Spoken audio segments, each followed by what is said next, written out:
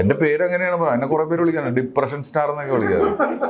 പണ്ട് പ്രേമം മുഴുവൻ പൊട്ടിപ്പോയോണ്ട് ആ പ്രായം മുഴുവൻ ഞാൻ അഭിനയിച്ച് തീർക്കുക. സിനിമയിൽ അഭിനയിക്കുക എന്ന് പറയുന്നത് വലിയ വിഷയമുള്ള കേസൊന്നുമല്ല, അതുകൊണ്ട് ജീവിക്കുക എന്ന് പറയുന്നത് വലിയ വിഷയമുള്ള കേസാണ്. ഇപ്പം എന്നെ വിളിച്ചിട്ട് ഒരാൾക്ക് അപ്രീഷിയേറ്റ് ചെയ്യാനായിട്ട് എന്തോ പ്രശ്നമുള്ള പോലെ എനിക്ക് തോന്നിയിട്ടുണ്ട്. ചുരുളിയിൽ തെറിയില്ലാത്തൊരു വേർഷൻ ഉണ്ട്. ചേട്ടൻ ഒന്ന് കണ്ണടച്ചാൽ ഞങ്ങൾ രക്ഷപ്പെടും എന്ന് പറഞ്ഞ മെസ്സേജാണ് അഭിനയത്തിന് ചാൻസ് ചോദിച്ചു വരും എൻ്റെ അടുത്ത്. നിങ്ങളിങ്ങനെ വന്നതല്ലേ, പച്ചയ്ക്ക് പറഞ്ഞ് പേടിച്ച് അപ്പിയിട്ടുണ്ട്. അത്രയും പേടിച്ചു ദിവസങ്ങളോളം ഞാൻ ജീവിച്ചിട്ടുണ്ട്. പോലീസിലുള്ള പേടിയൊക്കെ കുറഞ്ഞ ആൾക്കാർക്ക് ഞാൻ സ്റ്റേജിൽ കയറിയിട്ട് ബഹുമാനപ്പെട്ട അധ്യക്ഷൻ, ഞാൻ അങ്ങനെ പറയില്ല, എല്ലാവർക്കും നമസ്കാരം, എനിക്ക് അതാ കംഫർട്ടബിൾ. ഞാൻ കാണാത്ത അത്രയധികം ട്രാജഡികളും സങ്കടങ്ങളും പ്രണയങ്ങളും എല്ലാം കണ്ടു വളർന്ന ഒരാളാണ് ഞാൻ.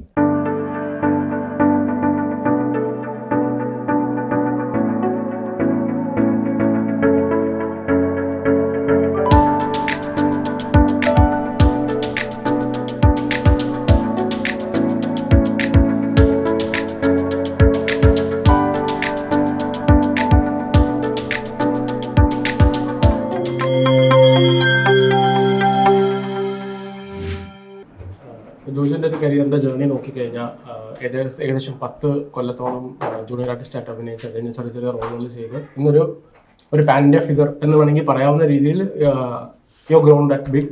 തുടക്കകാലത്തിൽ ഡയലോഗ് പോലും കറക്റ്റായിട്ട് പറയാൻ ബുദ്ധിമുട്ടുണ്ടായിരുന്ന ഒരു കാലം ഉണ്ടായിരുന്നു എന്ന് ഒരുപാട് സ്ഥലത്ത് പറഞ്ഞിട്ടുണ്ട്. പ്രോബബ്ലി ജോജുവിൻ്റെ ഡിറ്റർമിനേഷൻ ആണോ ഇതിനൊരു കാരണം എന്ന് ചോദിച്ചപ്പോൾ ഒരിക്കൽ പറഞ്ഞത് എനിക്ക് എൻ്റെ ശരീരഭാരം പോലും ഡിറ്റർമൈൻഡ് ആയിട്ട് കുറയ്ക്കാൻ പറ്റുന്നില്ല. സോ അതിന് പല ഫാക്ടേഴ്സ് ഉണ്ടെന്ന്. എന്തൊക്കെയായിരിക്കും? ലക്കിൽ വിശ്വസിക്കുന്നുണ്ടോ? എൻ്റെ ഒരു ഫോർമുല എന്ന് പറഞ്ഞു കഴിഞ്ഞാൽ, നമ്മൾ ഒരു എന്താ പറയുക, എങ്ങനെ പറഞ്ഞു തുടങ്ങണത്, ഇതെല്ലാം എന്നെ സംബന്ധിച്ചൊരു സർവൈവലാണ്. എന്നെ സംബന്ധിച്ച് എൻ്റെ ആർട്ട് എന്ന് പറയുന്നത് എൻ്റെ ഒരു സർവൈവലാണ്. കാരണം ഞാൻ ആദ്യം സിനിമയിൽ അഭിനയിക്കണം എന്നുള്ളൊരു ആഗ്രഹം വരുന്ന സമയത്ത് ഞാൻ വളരെ ഒരു ഗ്രാമത്തിൽ നിന്നാണ് വരുന്നത്. അപ്പോൾ അവിടെ ഒരു സിനിമ നടൻ, ഇത് 94 ആദ്യമായിട്ട് ഞാൻ ലൊക്കേഷനിൽ പോകുന്നത്, 94. അവിടെ നിന്ന് 2000 ഞാൻ ആദ്യമായിട്ടൊരു ഡയലോഗ് പറയുന്നത്. അപ്പോൾ ഈ 94 തുടങ്ങിയിട്ട് ഈ 6 വർഷം എന്ന് പറഞ്ഞു കഴിഞ്ഞാൽ ഒന്നും അറിയില്ല നമുക്ക്. സിനിമ എന്ന് പറഞ്ഞാൽ മീഡിയ എന്താണെന്നോ ഇന്ന് ചിന്തിക്കുന്ന പോലെ ഒന്നും അല്ലല്ലോ അന്ന്. അപ്പോൾ അങ്ങനെ പോകുമ്പോൾ ഓരോ സ്റ്റേജിലും ഇതെങ്ങനെ സർവൈവ് ചെയ്യാം, അങ്ങനെയാണ് എൻ്റെ ലൈഫ് വരിക. അപ്പം ഞാനതിനെ എന്താ പറയുക, എൻ്റെ ആഗ്രഹവും പിന്നെ ഒരു പോയിന്റിലെത്തുമ്പോൾ ഈ ആഗ്രഹത്തിനേക്കാൾ ഉപരി നമ്മുടെ ഒരു ഇപ്പോൾ ഇവിടെ വിജയങ്ങളുണ്ടെങ്കിൽ മാത്രമേ നിലനിൽപ്പുള്ളൂ. ഇപ്പോൾ നമ്മളുടെ ആർട്ട് വെച്ച് എങ്ങനെ സക്സസ് ഉണ്ടാക്കാൻ പറ്റും, അങ്ങനെയുള്ള ഒരുപാട് ചിന്തകൾ നടക്കുന്നുണ്ട്. ഇതിനെ പച്ചയ്ക്ക് പറഞ്ഞു കഴിഞ്ഞാൽ ഒരു കലയുടെ ഉദാത്തമായ അങ്ങനെയൊന്നുമല്ല എൻ്റെ ഒരു ഭാഷ ഇപ്പം എൻ്റെ മനസ്സിൽ കിടക്കുന്നത്. എന്നെ സംബന്ധിച്ചിടത്തോളം സിനിമ എന്ന് പറയുന്നതിനെക്കുറിച്ചുള്ളൊരു പഠനം ഇപ്പോഴും നടന്നുകൊണ്ടിരിക്കുന്നു. പക്ഷെ അതിനെ ഞാൻ ഉപയോഗിക്കുന്നതെന്ന് പറയുന്നത് എൻ്റെ ഒരു സർവൈവലിന് വേണ്ടിയിട്ടെന്നുള്ള ലെവലിൽ, അല്ലാണ്ട് കംഫർട്ടബിളായിട്ട് വർക്ക് ചെയ്യാൻ പറ്റുന്നൊരു സിറ്റുവേഷൻ ഒരു സമയത്ത് എനിക്ക് കിട്ടിയിട്ടില്ല, ഇപ്പോഴും ഇല്ല. ജോജുവിന് സിനിമ ഒരു പ്രൊഫഷൻ അല്ല. ഒബ്സർവ് ചെയ്യുമ്പോൾ ജോജു സിനിമയെ ഭയങ്കരമായി പ്രണയിക്കുകയും ഒരു ഒബ്സഷൻ പോലെ കൊണ്ടുനടക്കുകയും ചെയ്യുന്ന ഒരാളാണ്. എവിടെ ഇതിൻ്റെ ഒരു തുടക്കം എവിടെയാണ്? അത് ഞാൻ സ്കൂളിൽ പഠിക്കുന്ന സമയത്താണ് ഇതിനോടുള്ളൊരു ആഗ്രഹം തോന്നി തുടങ്ങിയത്. പിന്നെ നമുക്കത് നടന്മാരോട് സിനിമയോട് ഭയങ്കര ഒരു ഇതായി. അന്നത്തെ നായികമാരൊക്കെ കല്യാണം കഴിച്ചിരുന്നെങ്കിൽ, അവരെയൊക്കെ പ്രേമിക്കാൻ പറ്റിയിരുന്നെങ്കിൽ എന്ന് ചിന്തിക്കുന്നു. അല്ലെങ്കിൽ ഇതെൻ്റെ ചേട്ടനായിരുന്നെങ്കിൽ എന്ന് പറയുന്നൊരു പക്ക ഫാൻ ബോയ് ബേസ്ഡ് ആയിട്ടുള്ള ഒരാളാണ് ഞാൻ. ലാലേട്ടൻ, മമ്മൂക്ക എന്നൊക്കെ പറഞ്ഞു കഴിഞ്ഞാൽ എനിക്കത് ജയറാമേട്ടനോടൊക്കെ എനിക്ക് ഭയങ്കര ആരാധനയായിരുന്നു ഒരു സമയത്ത്. ഇപ്പം ഇല്ലെന്നല്ല എൻ്റെ അർത്ഥം. ഞാൻ പറഞ്ഞത് ഇപ്പോൾ ദിലീപ് ഏട്ടൻ അല്ലെങ്കിൽ അങ്ങനെ എൻ്റെ 90s കാലഘട്ടത്തിലുള്ള സിനിമകളോടും ഇതൊക്കെ അന്ന് നടന്മാരോടായിരുന്നു. പിന്നെ അത് നമ്മൾ ഇതിൻ്റെ ഒരു പഠനം തുടങ്ങുന്ന സമയത്ത് പതിയെ ഡയറക്ടേഴ്സിനോടായി. അസിസ്റ്റൻറ്റ് ഡയറക്ടറായ സമയം മുതൽ ഇതിൻ്റെ മെയിൻ ആൾ ഡയറക്ടറാണ് എന്നുള്ളൊരു ഇതിലോട്ടായി. അപ്പോൾ നമ്മൾ ഈ ആക്ടേഴ്സിനെ ഒബ്സർവ് ചെയ്യുന്നൊരു കാര്യമുണ്ട്. ഇങ്ങനെ ഓരോ ഘട്ടത്തിലും അഭിപ്രായങ്ങൾ മാറുന്നു. ഇപ്പോൾ ഇന്ന് പറയുന്ന ഈ ഒരു അഭിപ്രായം നാളെ ഞാൻ എൻ്റെ ഒരു പഠനം കൊണ്ട് തിരിച്ചറിഞ്ഞാൽ, ഇപ്പോൾ നമ്മൾ ഈ സിസ്കൾ ടു MC² എന്ന് പറയുന്നു, നാളെ ഇനി ഒരാൾ വന്നിട്ട് പറയുകയാണ് തെളിയിക്കലല്ല, അതല്ല പറഞ്ഞാൽ നമ്മൾ പഴയത് പിടിച്ചുകൊണ്ടിരിക്കില്ലെന്ന് പറഞ്ഞ പോലെ നാളെയും നമ്മുടെ അഭിപ്രായങ്ങൾ കാരണം ഇതൊരു ആർട്ടാണ്. ഇതിനെക്കുറിച്ചുള്ള അറിവില്ലായ്മ എന്നാണ് തുടങ്ങിയത്. അപ്പോൾ ഇങ്ങനെ പോയിക്കൊണ്ടിരിക്കുന്നു. ഈ ഭ്രാന്തമായ ഒരു ഇഷ്ടം മാത്രമായിരുന്നു കൈമുതൽ ആയിട്ടുണ്ടായിരുന്നത് കയ്യിൽ. ഐ മീൻ ആ യാത്ര ഒരുപാട് ബുദ്ധിമുട്ടുകളിലൂടെ പോയിട്ടുണ്ടാവുമല്ലോ. എന്തായാലും ഗൈഡ് ലൈൻ ഇല്ലല്ലോ നമുക്ക്, ഇന്നത്തെ പോലത്തെ ഒരു ഗൈഡ് ലൈൻ ഇല്ല. അന്നെന്ന് പറഞ്ഞാൽ എൻ്റെ മനസ്സിൽ ആദ്യ സിനിമയെ കുറിച്ച് ആലോചിക്കുമ്പോൾ എൻ്റെ മനസ്സിൽ പ്രൊഡക്ഷൻ കൺട്രോളറായിരുന്നു വലിയ ആൾ. അത് കഴിഞ്ഞപ്പോൾ എനിക്ക് മനസ്സിലായി അസോസിയേറ്റ് ഡയറക്ടറാണ് വലിയ ആൾ. അപ്പോഴും എൻ്റെ ബുദ്ധിയിൽ ഡയറക്ടറാണ് വലിയ ആളെന്ന് ചിന്തിച്ചില്ല. ആ ഡയറക്ടറാണ് മെയിൻ ആളെന്ന് അറിയാൻ തന്നെ ഞാൻ കുറേ സമയം എടുത്തു.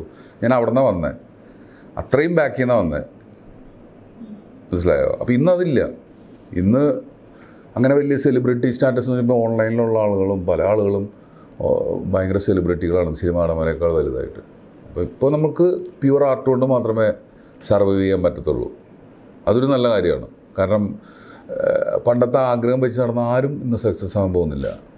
ആ ആഗ്രഹത്തിൻ്റെ ഒപ്പം കൃത്യമായ പഠനവും ബുദ്ധിപൂർവമായ തീരുമാനങ്ങളിലൂടെ മാത്രമേ ഇന്ന് സിനിമയിൽ ഒരു സക്സസ് ഉണ്ടാക്കാൻ പറ്റൂ. സിനിമയിൽ അഭിനയിക്കുക എന്ന് പറയുന്നത് വലിയ വിഷയമുള്ള കേസൊന്നുമല്ല. കാരണം അതുകൊണ്ട് ജീവിക്കുക എന്ന് പറയുന്നത് വലിയ വിഷയമുള്ള കേസാണ്. അപ്പം എന്നെ സംബന്ധിച്ച് അതിനോടുള്ളൊരു സ്നേഹവും ഇതും ആ ആർട്ടും ഇത് ചില മണിക്കൂറുകളോളം നമുക്ക് ചിന്തിച്ചുകൊണ്ടിരിക്കാൻ പറ്റും ഒരു സിനിമയുടെ മാറ്റർ. ഇപ്പോൾ ഈ കമൽ സാറായിട്ടൊക്കെയുള്ള എനിക്ക് കിട്ടിയൊരു ഏറ്റവും വലിയ ഭംഗി, വെളുക്കിന് 3 മണി 4 മണി വരെയൊക്കെ നമ്മൾ സംസാരിച്ചിരുന്നിട്ടുണ്ട്. സിനിമ മാത്രം, ബോറടി ഇല്ലാതെ പല പല കാര്യങ്ങളും സിനിമയെക്കുറിച്ച് മാത്രം, പല സിനിമകൾ, പിന്നെ സിനിമയിൽ വരുന്ന മാറ്റങ്ങൾ, അത് അങ്ങനെയുള്ള കാര്യങ്ങളൊക്കെ. അപ്പോൾ അതെനിക്കും അത് അറിയുന്ന ആൾക്കാരോട് സംസാരിച്ചുകൊണ്ടിരിക്കാനായിട്ട് ഭയങ്കര ഇഷ്ടമാണ്. അതെൻ്റെ ഒരു ഒബ്സഷനാണ്. എനിക്ക് വേറെ പ്രത്യേകിച്ച് ഒന്നും അറിയില്ല. ബാക്കി വൃത്തിക്ക് ഒരു വണ്ടി ഓടിക്കുന്ന കാര്യം വരെ ചിലപ്പോൾ നിങ്ങൾ എൻ്റെ കൂടെ വണ്ടിയിലിരുന്നാൽ പോലും കംഫർട്ടബിളായിട്ട് ഇരിക്കില്ല. സിനിമയിൽ ഞാൻ വർക്ക് ചെയ്യുമ്പോൾ ചിലപ്പോൾ എൻ്റെ കൂടെ വർക്ക് ചെയ്യുന്നവർ എന്നോട് കംഫർട്ടബിൾ ആവാം. അതുമാത്രമാണ് എനിക്കും എൻ്റെ ഒരു ക്രെഡിറ്റായിട്ട് പറയാൻ പറ്റുന്നത്. ഈ പഠനം എന്ന് പറയുമ്പോൾ എന്താ ഉദ്ദേശിക്കുന്നത്? അതായത് സിനിമയെക്കുറിച്ചുള്ള പഠനം എന്ന് പറയുന്നത് അല്ലെങ്കിൽ പെർഫോമൻസിനെ കുറിച്ചിട്ടാണോ, അതോ ഓവറോൾ ഒരു സിനിമയുടെ കമേഴ്ഷ്യൽ? കാരണം പ്രൊഡ്യൂസറും കൂടെയാണ്, ഇപ്പോൾ ഡയറക്ഷനും കൂടെ ഫോക്കസ് ചെയ്യുന്നുണ്ട്.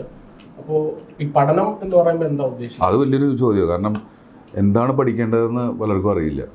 അത് ഞാനും അങ്ങനെ ഒരു ഘട്ടത്തിലുണ്ടായിരുന്നു. പഠിക്കാമെന്ന് എന്നോട് പറയുന്നത്, നിങ്ങൾ പഠിക്കൂ എന്ന് പറയുമ്പോൾ എന്താണ് പഠിക്കേണ്ടതെന്ന് അറിയാത്തൊരവസ്ഥ ഭീകരമാണ് സിനിമയിലൂടെ ട്രാവൽ ചെയ്യുമ്പോൾ.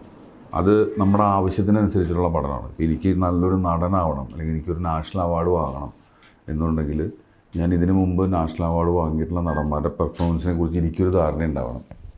അതെങ്ങനെ എനിക്ക് ക്രിയേറ്റ് ചെയ്യാൻ പറ്റും എന്നുള്ളതിനെ കുറിച്ചിട്ട് കൃത്യമായ പഠനം ആവശ്യമാണ്. പഠനം എന്ന് പറഞ്ഞു കഴിഞ്ഞാൽ നമ്മൾ ബുക്ക് വായിക്കുക എന്നുള്ളതല്ല, ഇൻഫോർമേഷൻസാണ്. കാരണം ഒരു ഇമോഷൻ റീക്രിയേറ്റ് ചെയ്യുക, അല്ലെങ്കിൽ ഒരു സീൻ നരേറ്റ് ചെയ്യുക, അല്ലെങ്കിൽ ഒരു സീൻ ഡയറക്റ്റ് ചെയ്യുക. എന്നെ സംബന്ധിച്ച് ഓൾ ടുഗദറാണ്. ഞാൻ സിനിമയുടെ എല്ലാ വശങ്ങളും പഠിക്കുന്ന ഒരാളാണ്. ടെക്നിക്കലായാലും അതെല്ലാം വർത്താനമല്ല. അതുകൊണ്ടാണ് എനിക്കൊരു പടം ഇൻഡിപെൻഡൻ്റായിട്ട് ഡയറക്റ്റ് ചെയ്യാൻ പറ്റിയെന്ന് പറയാൻ പറ്റും.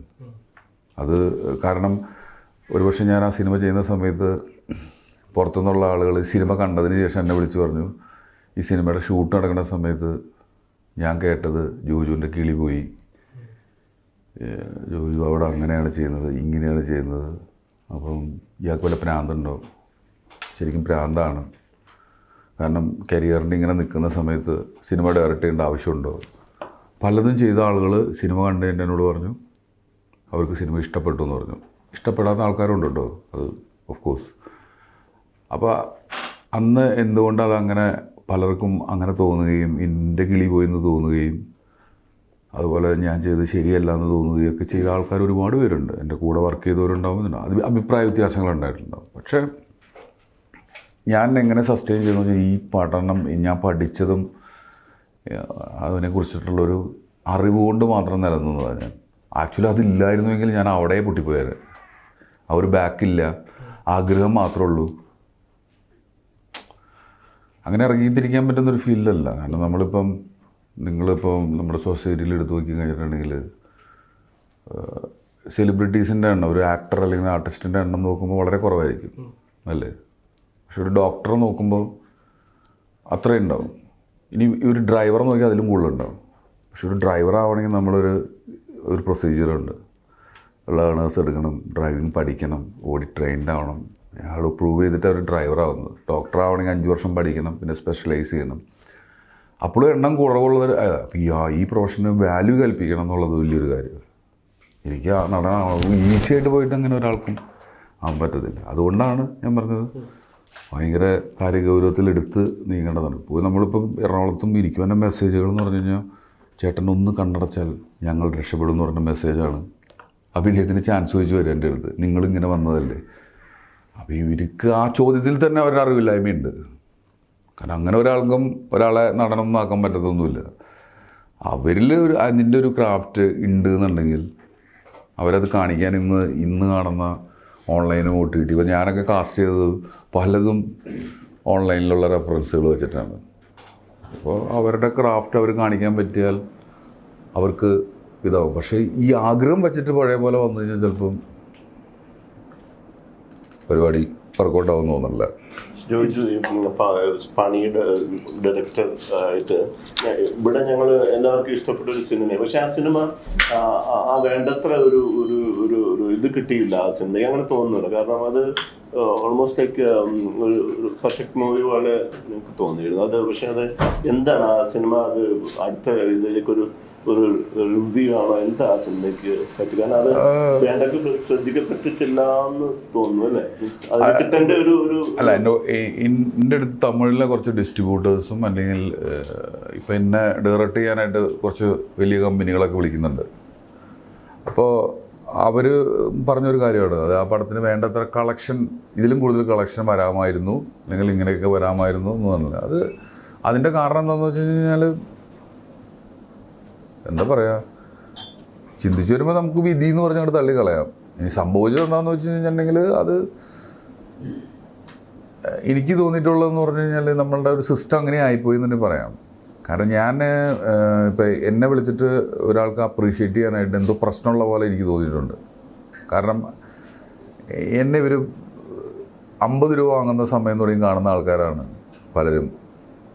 50 രൂപ ജൂനിയർ ആർട്ടിസ്റ്റായിട്ട് നടക്കുമ്പോൾ തന്നു തുടങ്ങിയിട്ട് ഇന്ന് എനിക്ക് തരുന്ന സാലറി അതല്ല. വലിയൊരു സാലറികളൊക്കെ ഞാൻ വാങ്ങുന്നുണ്ട്, തരുന്നുണ്ട്. പക്ഷേ ഇത് അക്സെപ്റ്റ് ചെയ്യാൻ പറ്റാത്തൊരു സംഭവമുണ്ട്. അവർ വളരെ ശത്രുതാ മനോഭാവത്തോട് കൂടിയിട്ട് നമ്മളോടും നമ്മുടെ പടത്തിനോടും ഭയങ്കരമായിട്ട് ബിഹേവ് ചെയ്യുന്നുണ്ട്. ഒരു കാര്യമില്ലാണ്ട് നമുക്ക് ദേഷ്യം തോന്നില്ല ചില ആൾക്കാരോട്. എനിക്ക് തോന്നാറുണ്ട് ചില നമുക്ക് തോന്നും എന്ന് പറഞ്ഞ പോലെ എന്നോടും അങ്ങനെ തോന്നുന്നവരുണ്ട്. അപ്പോൾ അതിന് പല പല കാര്യങ്ങളുണ്ട്. അത് ചിലപ്പോൾ അങ്ങനെയായിരിക്കും ഇത് സംഭവിക്കാൻ, ഇങ്ങനെയാണത് വരേണ്ടത്. പക്ഷെ ഞാൻ ഹാപ്പിയാണ്. എന്നെ സംബന്ധിച്ചിടത്തോളം ഞാനെടുത്ത റിസ്ക് പടം മിക്സ് ചെയ്ത് തിരിച്ച് മിക്സിങ് തിയേറ്ററിൽ നിന്ന് ഇറങ്ങിയിട്ട് ഞാൻ ഇതുവരെ ആ സിനിമ കണ്ടിട്ടില്ല. അതുവരെ ഞാനൊരു 100 തവണ 13 വേർഷനാണ് അതിൻ്റെ എഡിറ്റ് ചെയ്തത് തന്നെ. അപ്പോൾ ഓരോ എഡിറ്റും നമ്മൾ ഫൈനലൈസ് ചെയ്യാൻ വേണ്ടിയിട്ട് ഞാൻ എത്രയോ വട്ടം കാണുമെന്നറിയോ വീട്ടിലിട്ടും. കാരണം നമുക്ക് ഒരു തീരുമാനം എടുക്കാൻ വേണ്ടിയിട്ട്. അപ്പോൾ അങ്ങനെ ആ പടം കഴിഞ്ഞ് ഇറങ്ങിയതിന് ശേഷം ചിന്തിച്ച് നോക്കിയപ്പോൾ അത്രയും പൈസയുടെ റിസ്ക്കും പുതിയ ആൾക്കാരും എൻ്റെ മനസ്സിലുള്ള കുറച്ച് ചിന്തയും കൊണ്ട് ഞാനൊരു പടം ചെയ്തു.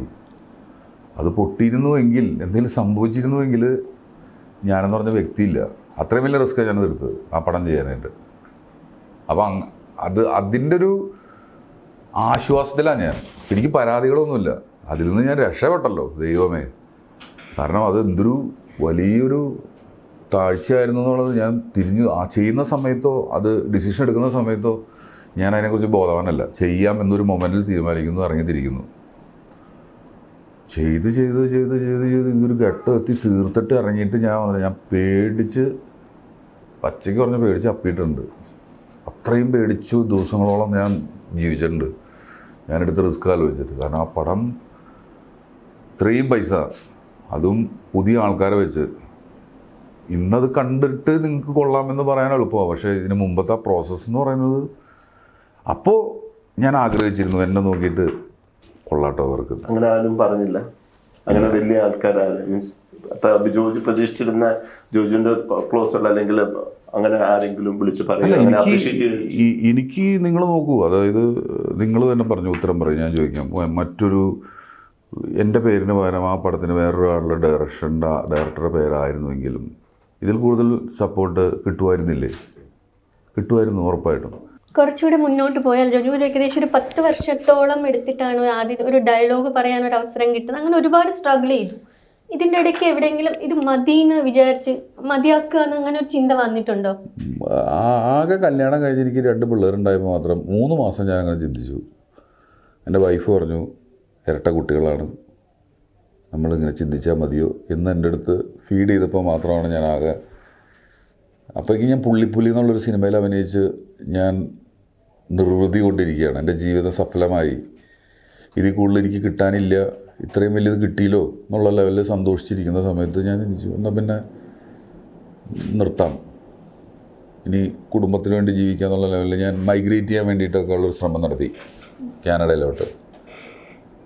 അത് നടന്നുകൊണ്ടിരിക്കുന്ന സമയത്ത് തന്നെ എനിക്ക് രാജാതിരാജ എന്നുള്ള സിനിമ കിട്ടി. പിന്നെ ഞാൻ ചിന്തിക്കേണ്ട വന്നിട്ടില്ല എനിക്ക്.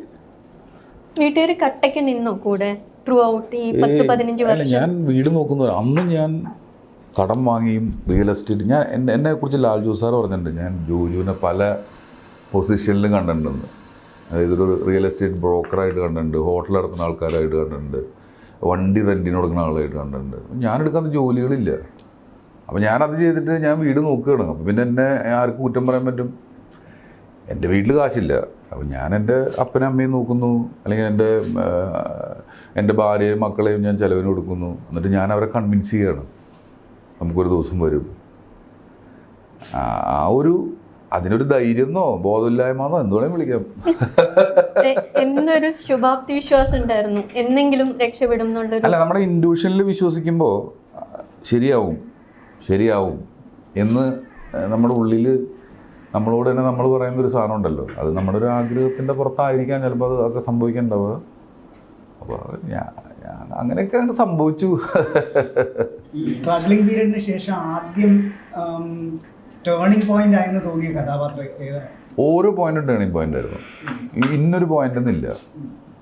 എന്നെക്കുറിച്ചിട്ട് ഇപ്പോൾ ആദ്യം ഡയലോഗ് പറഞ്ഞ 99-ൽ ഞാൻ ഫസ്റ്റ് ഡയലോഗ് പറഞ്ഞ വിനയൻ സാറിൻ്റെ പടം എന്ന് പറഞ്ഞു കഴിഞ്ഞാൽ എന്നെക്കുറിച്ച് ടേണിംഗ് പോയിന്റ് ആയിരുന്നു.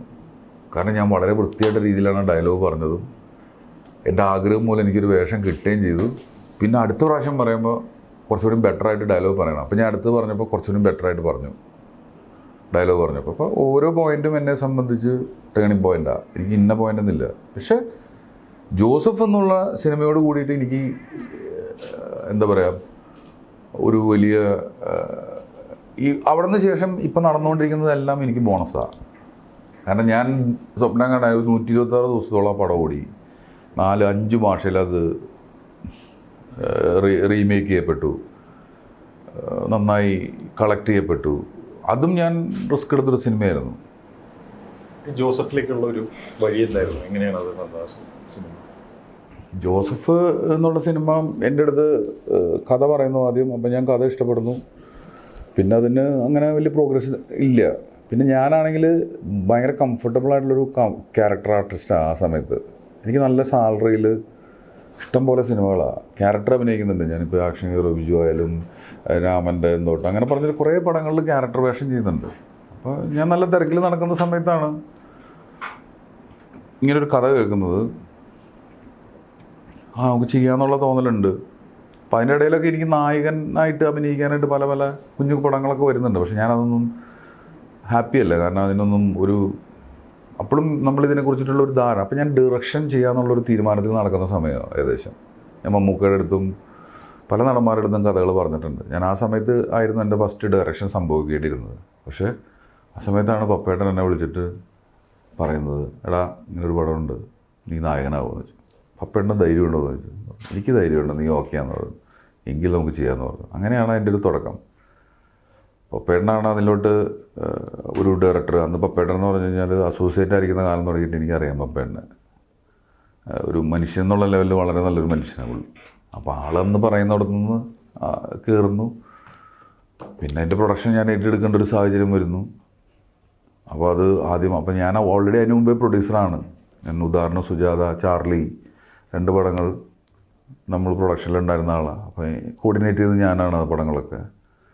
അപ്പോൾ എനിക്ക് എങ്ങനെ പ്രൊഡക്ഷൻ ചെയ്യണമെന്നൊക്കെ എനിക്കറിയാം. അതിൻ്റെ എല്ലാ സിനിമയുടെ ഒരു വശം നമ്മളപ്പോഴേക്കും അത് സംഭവിക്കുന്നത് 2018 94 ഞാൻ തുടങ്ങിയതാണ്. 94 തുടങ്ങിയിട്ട് 2018 എത്തുമ്പോഴേക്കും ഒരുപാട് വർഷങ്ങൾ ട്രാവൽ ചെയ്ത് കഴിഞ്ഞു. ഇതിനെക്കുറിച്ചൊരു ധാരണകളും പഠനങ്ങളും അപ്പോഴേ ഉണ്ട് എനിക്ക്.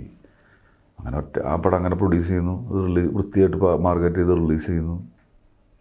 അപ്പോൾ അതൊക്കെ എനിക്ക് ട്രെയിനിങ് ആയിരുന്നു. അതിന് മുമ്പ് കിട്ടിയതൊക്കെ പടങ്ങളൊക്കെ ചെയ്തതൊക്കെ എൻ്റെ ഒരു ട്രെയിനിങ് പീരീഡ് ആയിരുന്നു. ഇങ്ങനെയാണ് ആ പടം സംഭവിക്കുന്നത്. വീട്ടിൽ കലാകാരന്മാരെങ്കിലും ഉണ്ടോ? എന്ത് ബാക്ക്ഗ്രൗണ്ട്? വീട്ടിലെ സിബ്ലിങ്സോ പാരൻസോ ആർക്കെങ്കിലും എന്തെങ്കിലും കലാപരമായിട്ടുള്ള കണക്ഷൻ ഉണ്ടോ? എനിക്കിപ്പോൾ നിങ്ങളെ കാണുമ്പോൾ ഒരു ആർട്ടിസ്റ്റിക് ലുക്കാണ് തോന്നുന്നത്, കലാകാരൻ എന്നുള്ള ലെവലിൽ. ഇപ്പോൾ നമ്മളിപ്പോൾ ഡാൻസ് കളിക്കണോ പാട്ട് കളിക്കണോ, എന്നെ സംബന്ധിച്ച് അങ്ങനെയാണ്. കമ്മ്യൂണിക്കേറ്റ് ചെയ്യുന്നവരെല്ലാവരും കലാകാരന്മാരെന്ന് വിശ്വസിക്കുന്ന ഒരാളാണ് ഞാൻ. ആർട്ട് എന്നുള്ള ആ ലെവലിൽ എൻ്റെ വീട്ടിൽ എല്ലാവരും കലാകാരന്മാരാണ്. അതർവൈസ് വേറെ അങ്ങനെ നമ്മൾ പ്രകടനപരമായിട്ട് ഒരു കാര്യങ്ങളാർക്കും ഇല്ല. പിന്നെ ഞാൻ വന്നതൊരു ഭയങ്കര ഓർത്തഡോക്സ് ക്രിസ്ത്യൻ ബാക്ക്ഗ്രൗണ്ടിൽ നിന്നാണ് വന്നത്. രാവിലെ എണീക്കുമ്പോൾ തന്നെ 5:30 നല്ല രസമുള്ള പാട്ടുകൾ കേൾക്കുക, പള്ളിയിൽ വെച്ചിട്ടുണ്ടാവും, ഓൾട്ടർ ബോയ് ആയിട്ട് പോവുക, പിന്നെ അവിടുത്തെ പള്ളിയുമായി ബന്ധപ്പെട്ട സകല മത്സരങ്ങളിലും പങ്കെടുക്കുക. അങ്ങനത്തെ ഒരു വലിയൊരു ട്രെയിനിങ് എനിക്ക് കിട്ടിയിരുന്നു ആ സമയത്ത്. അപ്പോൾ അല്ലാതെ അങ്ങനെ ഒന്നും ഇല്ല. എന്നുവെച്ചാൽ നമ്മളിപ്പോൾ നിങ്ങൾ ഉദ്ദേശിച്ച് ചോദിച്ച പോലത്തെ അങ്ങനെ ഇല്ല. പക്ഷെ അവർക്ക് അതെല്ലാം അതിൻ്റെ ഒരു കാര്യങ്ങളെല്ലാം ഇപ്പം എൻ്റെ മക്കളായാലും എല്ലാവരും അതിൻ്റെ ഒരു ആ വശത്തുള്ള ആൾക്കാരാണ്. ഒരു ആർട്ടിസ്റ്റിക് മൈൻഡ് എന്ന് പറയുമല്ലോ നമ്മൾ, അങ്ങനെയൊക്കെ ഉണ്ടെന്ന് എനിക്ക് തോന്നിയിട്ടുണ്ട് എല്ലാവർക്കും. ജോജു ഒരു ടിപ്പിക്കൽ തൃശ്ശൂർക്കാരനായിട്ട് ഇപ്പോഴും തോന്നാറുണ്ട്, ഭയങ്കര ലൈഫുള്ള. ഈ തൃശ്ശൂർ എത്രമാത്രം ജോജുവിൻ്റെ ഒരു ക്യാരക്ടർ ഫോർമേഷന് ഒരു റോൾ എന്താ ഉള്ളത്? ഭയങ്കരമായിട്ടുണ്ട്. അത്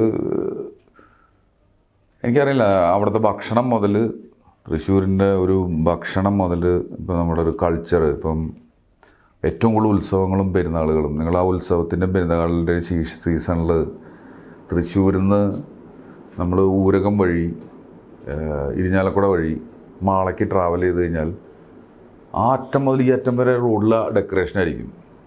കാരണം സകല സ്ഥലത്തും ഒരേ സമയത്താണ് പെരുന്നാളും ഉത്സവങ്ങളും നടക്കുക. ഇങ്ങനെ സെലിബ്രേഷൻ്റെ അങ്ങേയറ്റാണ്. കാരണം 3 ഉത്രാളിക്കാവ് പൂരം തുടങ്ങി, ഉത്രാളിക്കാവ് പൂരം, ആറാട്ടുപുഴ പൂരം, തൃശ്ശൂർ പൂരം, നെന്മാറ വേല, ഇത് ഏറ്റവും വലുത്. ചെറു പരിപാടികൾ എന്ന് പറഞ്ഞാൽ പെരുന്നാളുകളും കാര്യങ്ങളും ഇഷ്ടം പോലെയാണ്. അപ്പോൾ ഒരു ആഘോഷവും ഇപ്പം നമ്മൾ തമിഴ് എനർജി എന്ന് പറയില്ല, അങ്ങനത്തെ ഒരു സാധനമുണ്ട്. അത് വയലൻസിലുണ്ട്. ഞാൻ ശരിക്കും ലൈവ് ഒരുപാട് ഇടികളൊക്കെ കണ്ടിട്ടുള്ളതാണ്. ശരിക്കും നല്ല രസമുള്ള ഇടികളൊക്കെ കണ്ടു. അവിടെ അങ്ങനെ ഒരു പെരുന്നാളിന് കണക്ക് തീർക്കുന്ന ഒരു സംഭവം എല്ലാ പെരുന്നാളിനും. അതായത് അതിനു മുമ്പൊക്കെ ഇവർ കണ്ടിട്ട് വർത്തമാനം പറയണ്ടാവും, പക്ഷേ പെരുന്നാളിലെന്ന് അവർക്ക് ഓർമ്മ വരാം, അന്ന് അവൻ ഇടിച്ചല്ലോ തിരിച്ചടിക്കേണ്ടതെന്ന്. അതെനിക്ക് മനസ്സിലാവാത്തൊരു കാര്യം അത്. അപ്പോൾ അങ്ങനെ ഭയങ്കര രസമുള്ള, എല്ലായിടത്തും എല്ലാ നാടിനും ഒരു പ്രത്യേകത ഉണ്ടാവും. പക്ഷേ നമ്മുടെ നാട്ടിൽ അടുത്തറിഞ്ഞപ്പോൾ എനിക്കത് എൻ്റെ ഭയങ്കരമായിട്ട് ആ ലൈഫ് സ്റ്റൈൽ എനിക്കിഷ്ടമാണ്. അതുകൊണ്ട് തന്നെ ഞാനിപ്പോഴും അവിടെ തന്നെയാണ്. അതുകൊണ്ട് തന്നെയാണ് ആദ്യത്തെ സിനിമ ഡയറക്റ്റ് ചെയ്തപ്പോൾ തൃശ്ശൂർ തന്നെ വെച്ച് ചെയ്തതും. അതിനകത്ത് ഈ പറഞ്ഞ പോലെ ജനങ്ങളും ബഹളവും എല്ലാം അതിനകത്ത് ലൈവായിട്ട് തന്നെ ക്യാപ്ചർ ചെയ്തൊരു ഫീല് സിനിമയ്ക്കകത്തുണ്ട്. പിന്നെ പ്രശാന്ത് അലക്സാണ്ടർ വന്നിട്ടുണ്ടായിരുന്നു ഡയലോഗിൽ. പുള്ളിയൊക്കെ പറഞ്ഞത് ജോജു ഭയങ്കര പെർഫെക്ഷനിസ്റ്റ്, സാഗരം പറഞ്ഞത് ഭയങ്കര പെർഫെക്ഷനിസ്റ്റാണ്. എത്ര ക്രൗഡ് ഉണ്ടെങ്കിലും അതിനകത്ത് തന്നെ ഷൂട്ട് ചെയ്യണം, സിങ്ക് ആണെങ്കിലും എല്ലാ കാര്യങ്ങളും അതിനകത്ത് തന്നെ ചെയ്യണം. ആ ഒരു പെർഫെക്ഷനിൽ എന്താ പറ്റുകയെന്ന് വെച്ച് കഴിഞ്ഞാൽ ചിലപ്പോൾ ആർട്ടിസ്റ്റിന് 20 ദിവസമാണ് ഡേറ്റ് എന്നുണ്ട്, ചിലപ്പോൾ അത് 35 ദിവസം വരെ പോകും. പക്ഷേ ജോജു അത് കൺവിൻസ് ചെയ്ത് അവിടെ നിന്ന് അത് ചെയ്യിച്ചിട്ടേ നമ്മളെ വിടുകയുള്ളൂ എന്നുള്ള രീതിയിൽ.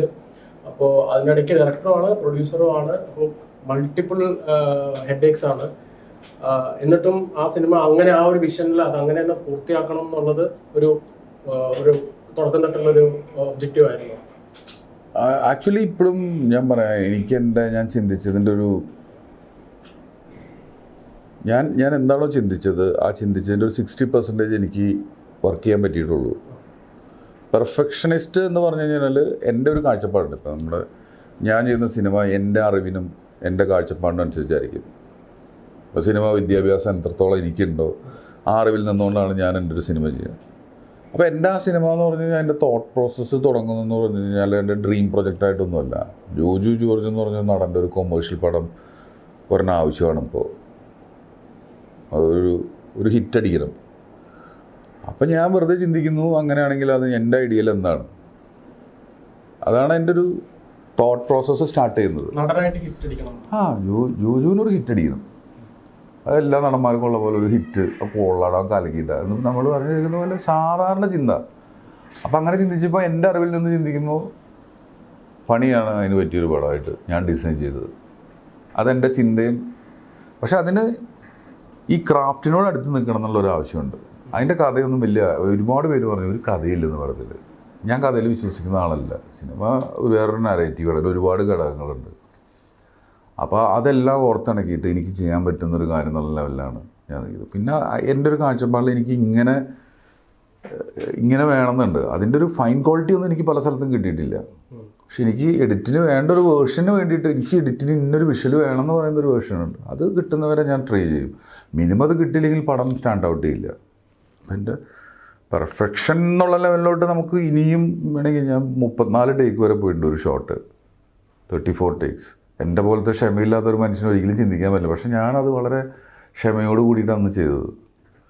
അത് ചെയ്ത് എനിക്ക് കിട്ടേണ്ടിയിരുന്നത് കിട്ടേണ്ടതെന്ന് വെച്ചാൽ എൻ്റെ ഒരു എഡിറ്റ് ചെയ്യാൻ പറ്റുന്ന ഒരു മെറ്റീരിയലിൻ്റെ ഒരു മിനിമെങ്കിലും എനിക്ക് കിട്ടണം. അല്ലെങ്കിൽ നമുക്കത് യൂസ് ചെയ്യാൻ പറ്റത്തില്ല. അപ്പോൾ എനിക്കറിയാം ഇതിലും ബെറ്റർ വേർഷൻ ആ സിനിമയ്ക്ക് ഉണ്ടെന്നും അതൊരു ഭയങ്കര പെർഫെക്റ്റ് ആണെന്നുള്ള ധാരണയൊന്നുമില്ല എനിക്ക്. നമുക്ക് പിന്നെ ഇതൊരു കളക്റ്റീവ് ആർട്ടാണല്ലോ. ഇപ്പം ഞാനവിടെ വരുന്ന സമയത്ത് എൻ്റെ മനസ്സിലുള്ളപ്പം പോലെ ഒരാൾക്ക് ചിലപ്പോൾ അഭിനയിക്കാൻ പറ്റിക്കോളുന്നില്ല. ചിലപ്പോൾ അവർ നമ്മൾ ചിന്തിക്കുന്നതിനേക്കാൾ നന്നായിട്ട് അഭിനയിച്ചിരിക്കാം. ഇതൊക്കെ ആ സമയത്ത് സംഭവിക്കുന്നതാണ്. മണിരത്നത്തെയാണ് ആദ്യമായിട്ട് ഈ സിനിമ കാണിച്ചതെന്ന് കേട്ടിട്ടുണ്ട്. അദ്ദേഹം ഒരു സജഷൻ പറയുകയും അത് ചെയ്യുകയും ചെയ്തു എന്നും കേട്ടു. ഞാൻ രണ്ടുപേരും കാണിച്ചു. മണി സാറിനെയും കാണിച്ചിട്ടുണ്ടായിരുന്നു, കമൽ സാറിനെയും. അവർ രണ്ടുപേരാണ് ആദ്യമായിട്ട് ഞാൻ അങ്ങനെ പടം കാണിച്ചത്. ആക്ച്വലി ആദ്യം കണ്ടത് ജോഷി സാറാണ്. കാരണം ഒരു പടം ഒരു 60% ഒക്കെ ആയിരിക്കുന്ന സമയത്ത് ഞങ്ങളുടെ ഇടയിൽ തന്നെ ഹെൽത്തി ആയിട്ടുള്ള കോൺവെർസേഷൻസ് കൂട്ടണം. കുറ്റമായിട്ടല്ല, പലർക്കും അതങ്ങ് കറക്റ്റല്ല എന്ന് തോന്നുന്നു. ഞാൻ ചെയ്തതിൽ പ്രശ്നങ്ങളുണ്ടെന്ന് തോന്നുന്നു. അപ്പോൾ എന്ന് വെച്ചാൽ ഇത് ഹ്യൂജ് പ്രൊഡക്ഷൻ പോയിക്കൊണ്ടിരിക്കുകയാണ്. അപ്പം എല്ലാവരും ഇങ്ങനെ പറയുമ്പോൾ എനിക്ക് പ്രശ്നം തോന്നുന്നില്ല. എനിക്കിത് ഓക്കെ ആണെന്നാണ് തോന്നുന്നത്. അപ്പോൾ ചുറ്റുപാടിൽ നിന്ന് ഇങ്ങനെ ഒരു അഭിപ്രായം വരുമ്പോൾ ഞാൻ ജോഷി സാറിനെ വിളിച്ചു. സാറിനെ വിളിച്ചിട്ട് സാറൊന്ന് വരുമോ, ഒന്ന് കണ്ടു നോക്കൂ ഇതുവരെയുള്ളൊരു വേർഷൻ എന്ന് പറഞ്ഞു. സാറ് വന്നിട്ട് കണ്ടു. സാറ് വന്ന് കണ്ടിട്ട് സാറിനത് ഭയങ്കരമായിട്ട് വർക്കൗട്ടായി. അതിനുശേഷം സിനിമയായിട്ട് ഞാൻ ഫുള്ള് കാണിക്കുന്നത് ഒരുപക്ഷെ മണി സാറിനെയും ഇവരായിരിക്കും. അപ്പം ഞാനെന്ന് വെച്ചാൽ ഞാനൊരു എഡിറ്റ് ലോക്ക് ചെയ്തിട്ടുള്ളൊരു 8ാമത്തെയോ 9ാമത്തെ വേർഷനെ കണ്ടാണ് ഞാൻ എഡിറ്റ് കാണിക്കുന്നത്. അപ്പം നമ്മളിങ്ങനെ പല പ്രാവശ്യം പല രീതിയിൽ ഞാൻ അതിലൊരു ലെങ്ത്തിൻ്റെ കാര്യം വെച്ചിട്ട് ഞാനൊരു സീൻ റിമൂവ് ചെയ്തിട്ടുണ്ടായിരുന്നു. ഞാൻ സിനിമയിൽ നിന്ന് ഒരു പോർഷൻ വേണ്ടെന്ന് വെച്ചിട്ടുണ്ടായിരുന്നു. അത് അവിടെ ആ പടം കണ്ടു കഴിഞ്ഞപ്പോൾ മണി സാർ പറഞ്ഞു ഇങ്ങനൊരു പോയിൻ്റും കൂടി ഉണ്ടായാൽ നല്ലതാണെന്ന് പറഞ്ഞു. അപ്പോൾ എനിക്ക് കറക്റ്റ് മനസ്സിലായി. ഞാനത് ഡിലീറ്റ് ചെയ്ത സാധനം തിരിച്ചു വെച്ചാൽ നല്ലതാണ്. ഇത് തന്നെ കമൽ സാറും പറഞ്ഞു. അപ്പം ഞാൻ ആ ഡിലീറ്റ് ചെയ്തത് ഞാൻ തിരിച്ചു വെച്ചു. അപ്പോൾ അത് ആ സിങ്കായി. പിന്നെയും എഡിറ്റിംഗ് നടന്നു. പിന്നെ കാർത്തിക് സുബ്രാജ് സിനിമ കണ്ടു കഴിഞ്ഞപ്പോൾ വേറൊരു സജഷൻ പറഞ്ഞപ്പോൾ ഞാൻ ആ പടം വീണ്ടും വേറെ രീതിയിൽ എഡിറ്റ് നോക്കിയപ്പോൾ അതാണ് ഇപ്പോഴത്തെ ഒരു ഫൈനൽ വേർഷൻ.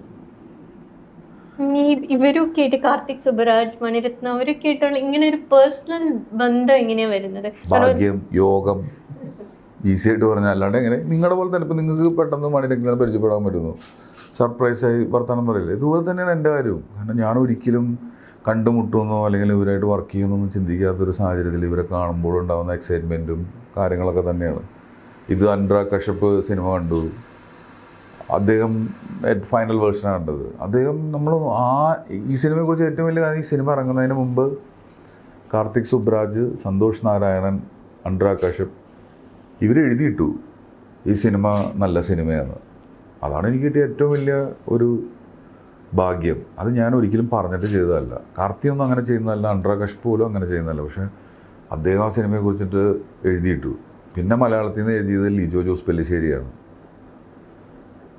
അത് പറഞ്ഞു. പിന്നെ ആട്ടത്തിൻ്റെ ഡയറക്ടർ എന്നെ വിളിച്ച് പറഞ്ഞു. അപ്പം ഞാൻ ആട്ടം എന്നുള്ള സിനിമയുടെ ഡയറക്ടറെ ഭയങ്കരമായിട്ട് ആ ക്രാഫ്റ്റിൽ വിശ്വസിക്കുന്നതുകൊണ്ട് നല്ലൊരു ക്രിയേഷൻ അത്. അപ്പോൾ ഇത്രയും പേര് പറഞ്ഞാൽ മതി എനിക്ക് ആ സിനിമ എങ്ങനെയാണെന്ന് മനസ്സിലാക്കാനായിട്ട്. പിന്നെ ഞാൻ രാജീവേട്ടനെ കാണിച്ചിട്ടുണ്ടായിരുന്നു. രാജീവേട്ടൻ വർക്കായി. അപ്പം പണിയെടുത്തുണ്ടാ രാജീവേട്ടൻ അങ്ങനെയൊന്നും പറയില്ല, അത്രയൊന്നും പറയില്ല. മാക്സിമം ഇത്രയൊക്കെ ഉള്ളൂ, പണിയെടുത്തുണ്ട് എന്നുള്ളത്. അപ്പോൾ ആ അപ്രീസിയേഷനൊക്കെ നമുക്ക് ഭയങ്കര എന്നിട്ടാണ് പറയുന്നത് ഇതെന്ത് സിനിമയാണെന്ന് പറഞ്ഞിട്ട് പറയുന്നത്. അത് നമ്മളിങ്ങനെ കണ്ടാൽ മതി. അതായത് ഇവിടെ നമ്മളുടെ ഒരു അതിനെ വിലയിരുത്തുന്നവരല്ല വിലയിരുത്തിക്കൊണ്ടിരിക്കുന്നത്. ഞാൻ നേരത്തെ പറഞ്ഞ പോലെ എൻ്റെ സിനിമ വിദ്യാഭ്യാസമാണ് എൻ്റെ അഭിനയത്തിലും ഞാൻ ചെയ്യുന്ന ഡയറക്ഷനിലും കാണുന്നത്. തിരിച്ചപ്പുറത്ത് നമ്മൾ ഇപ്പം എന്താണ് പറയുക, ഇപ്പോൾ ഏറ്റവും വേറെ ഡയറക്ടേഴ്സിന് എടുത്തു കഴിഞ്ഞാൽ അവരുടെ ഒരു ഇതാണ് ചെയ്യുക. പിന്നെ ഇതിന് വിദ്യാഭ്യാസം മാത്രം പോരാ. ഇതിപ്പം കമ്പ്യൂട്ടർ പഠിച്ച ആൾക്കാർക്ക് ഇപ്പോൾ AI പഠിക്കണം, പഴയ ഡാറ്റ എൻട്രി ഒഴിവായി എന്ന് പറയുന്ന പോലെ തന്നെ ഇതിലും ഇതിൻ്റെ ഫോമുകൾ ഇങ്ങനെ മാറിക്കൊണ്ടിരിക്കുക. മലയാള സിനിമയിൽ നിന്ന് ഒരു ലാക്ക് ഓഫ് സപ്പോർട്ട് ഉണ്ടെന്ന് പറഞ്ഞിട്ടുണ്ടായിരുന്നല്ലോ. ഇപ്പോൾ പോസ്റ്റും ഇട്ടിട്ടുണ്ടായിരുന്നു, അധികം അപ്രീസിയേഷൻ ഒന്നും വരാറില്ല, ഞാൻ വളരെ മിസ്അണ്ടർസ്റ്റുഡ് ആണ് എന്നൊരു വേർഡ് യൂസ് ചെയ്തിരുന്നു. അപ്പോൾ അത് എന്തുകൊണ്ടാണ് അത് ഈ ലാക്ക് ഓഫ് സപ്പോർട്ട് വരാൻ തുടങ്ങിയത്? സ്വന്തമായിട്ട് ലീഡൊക്കെ ചെയ്യാൻ തുടങ്ങി അത്യാവശ്യം ഒരു സ്റ്റാർ സ്റ്റേറ്റസിലേക്ക് എത്തിയ ശേഷമാണെന്ന് തോന്നുന്നുണ്ടോ? ഇപ്പോൾ നിങ്ങളെന്ത് ആയിട്ട് വർക്ക് ചെയ്യുന്നത് ഇവിടെ? ഞാനിവിടെ സീനിയർ റിപ്പോർട്ടറാണ്. അപ്പോൾ നിങ്ങൾ ഭയങ്കര ഒരു എഫേർട്ട് എടുത്തൊരു വർക്ക് ചെയ്തു. ഈ ഓഫീസിലെ പലർക്കും അതിനെ പല രീതിയിൽ കാണാം. ഇതിലും വലുതൊക്കെ ഞാൻ ചെയ്തിട്ടുണ്ട്. അതല്ലാതെ വേറെ രീതിയിൽ പല രീതിയിൽ പല ആംഗിളിൽ തന്നെ കാണാം. പക്ഷെ നിങ്ങളെടുത്ത എഫേർട്ടിന് നിങ്ങൾ ഭയങ്കരമായിട്ട് ആഗ്രഹിക്കേണ്ട എൻ്റെ ആൾക്കാർ പറയണം എന്നുള്ളത്. അത്രേ ഉള്ളൂ എൻ്റെ കാര്യത്തിലും. ഞാൻ ഒരു എഫേർട്ട് എടുത്ത് എനിക്ക് പണമാണ് ഉദ്ദേശമെങ്കിൽ എനിക്ക് ഈ സമയത്ത് അഭിനയിക്കാൻ പോയാൽ കിട്ടുന്ന പൈസ നല്ല പൈസ ഉണ്ടാകും. പക്ഷെ നമ്മൾ ഈ ഒരു ആർട്ട് എന്ന് പറഞ്ഞിട്ട് അതിനെ ആസ്വദിക്കുന്നവരാണ് ഭൂരിഭാഗം. അതിനെ ഡിപ്പെൻഡ് ചെയ്ത് ഒരുപാട് ആൾക്കാർ നിൽക്കുന്നു. അപ്പോൾ അതിന് വേണ്ടി ഒരാളൊരു എഫേർട്ട് എടുത്ത് കാണുമ്പോൾ ഞാനെന്നല്ല ആരായാലും അയാളതിന് ഉറപ്പായിട്ടും ആഗ്രഹിക്കില്ലേ.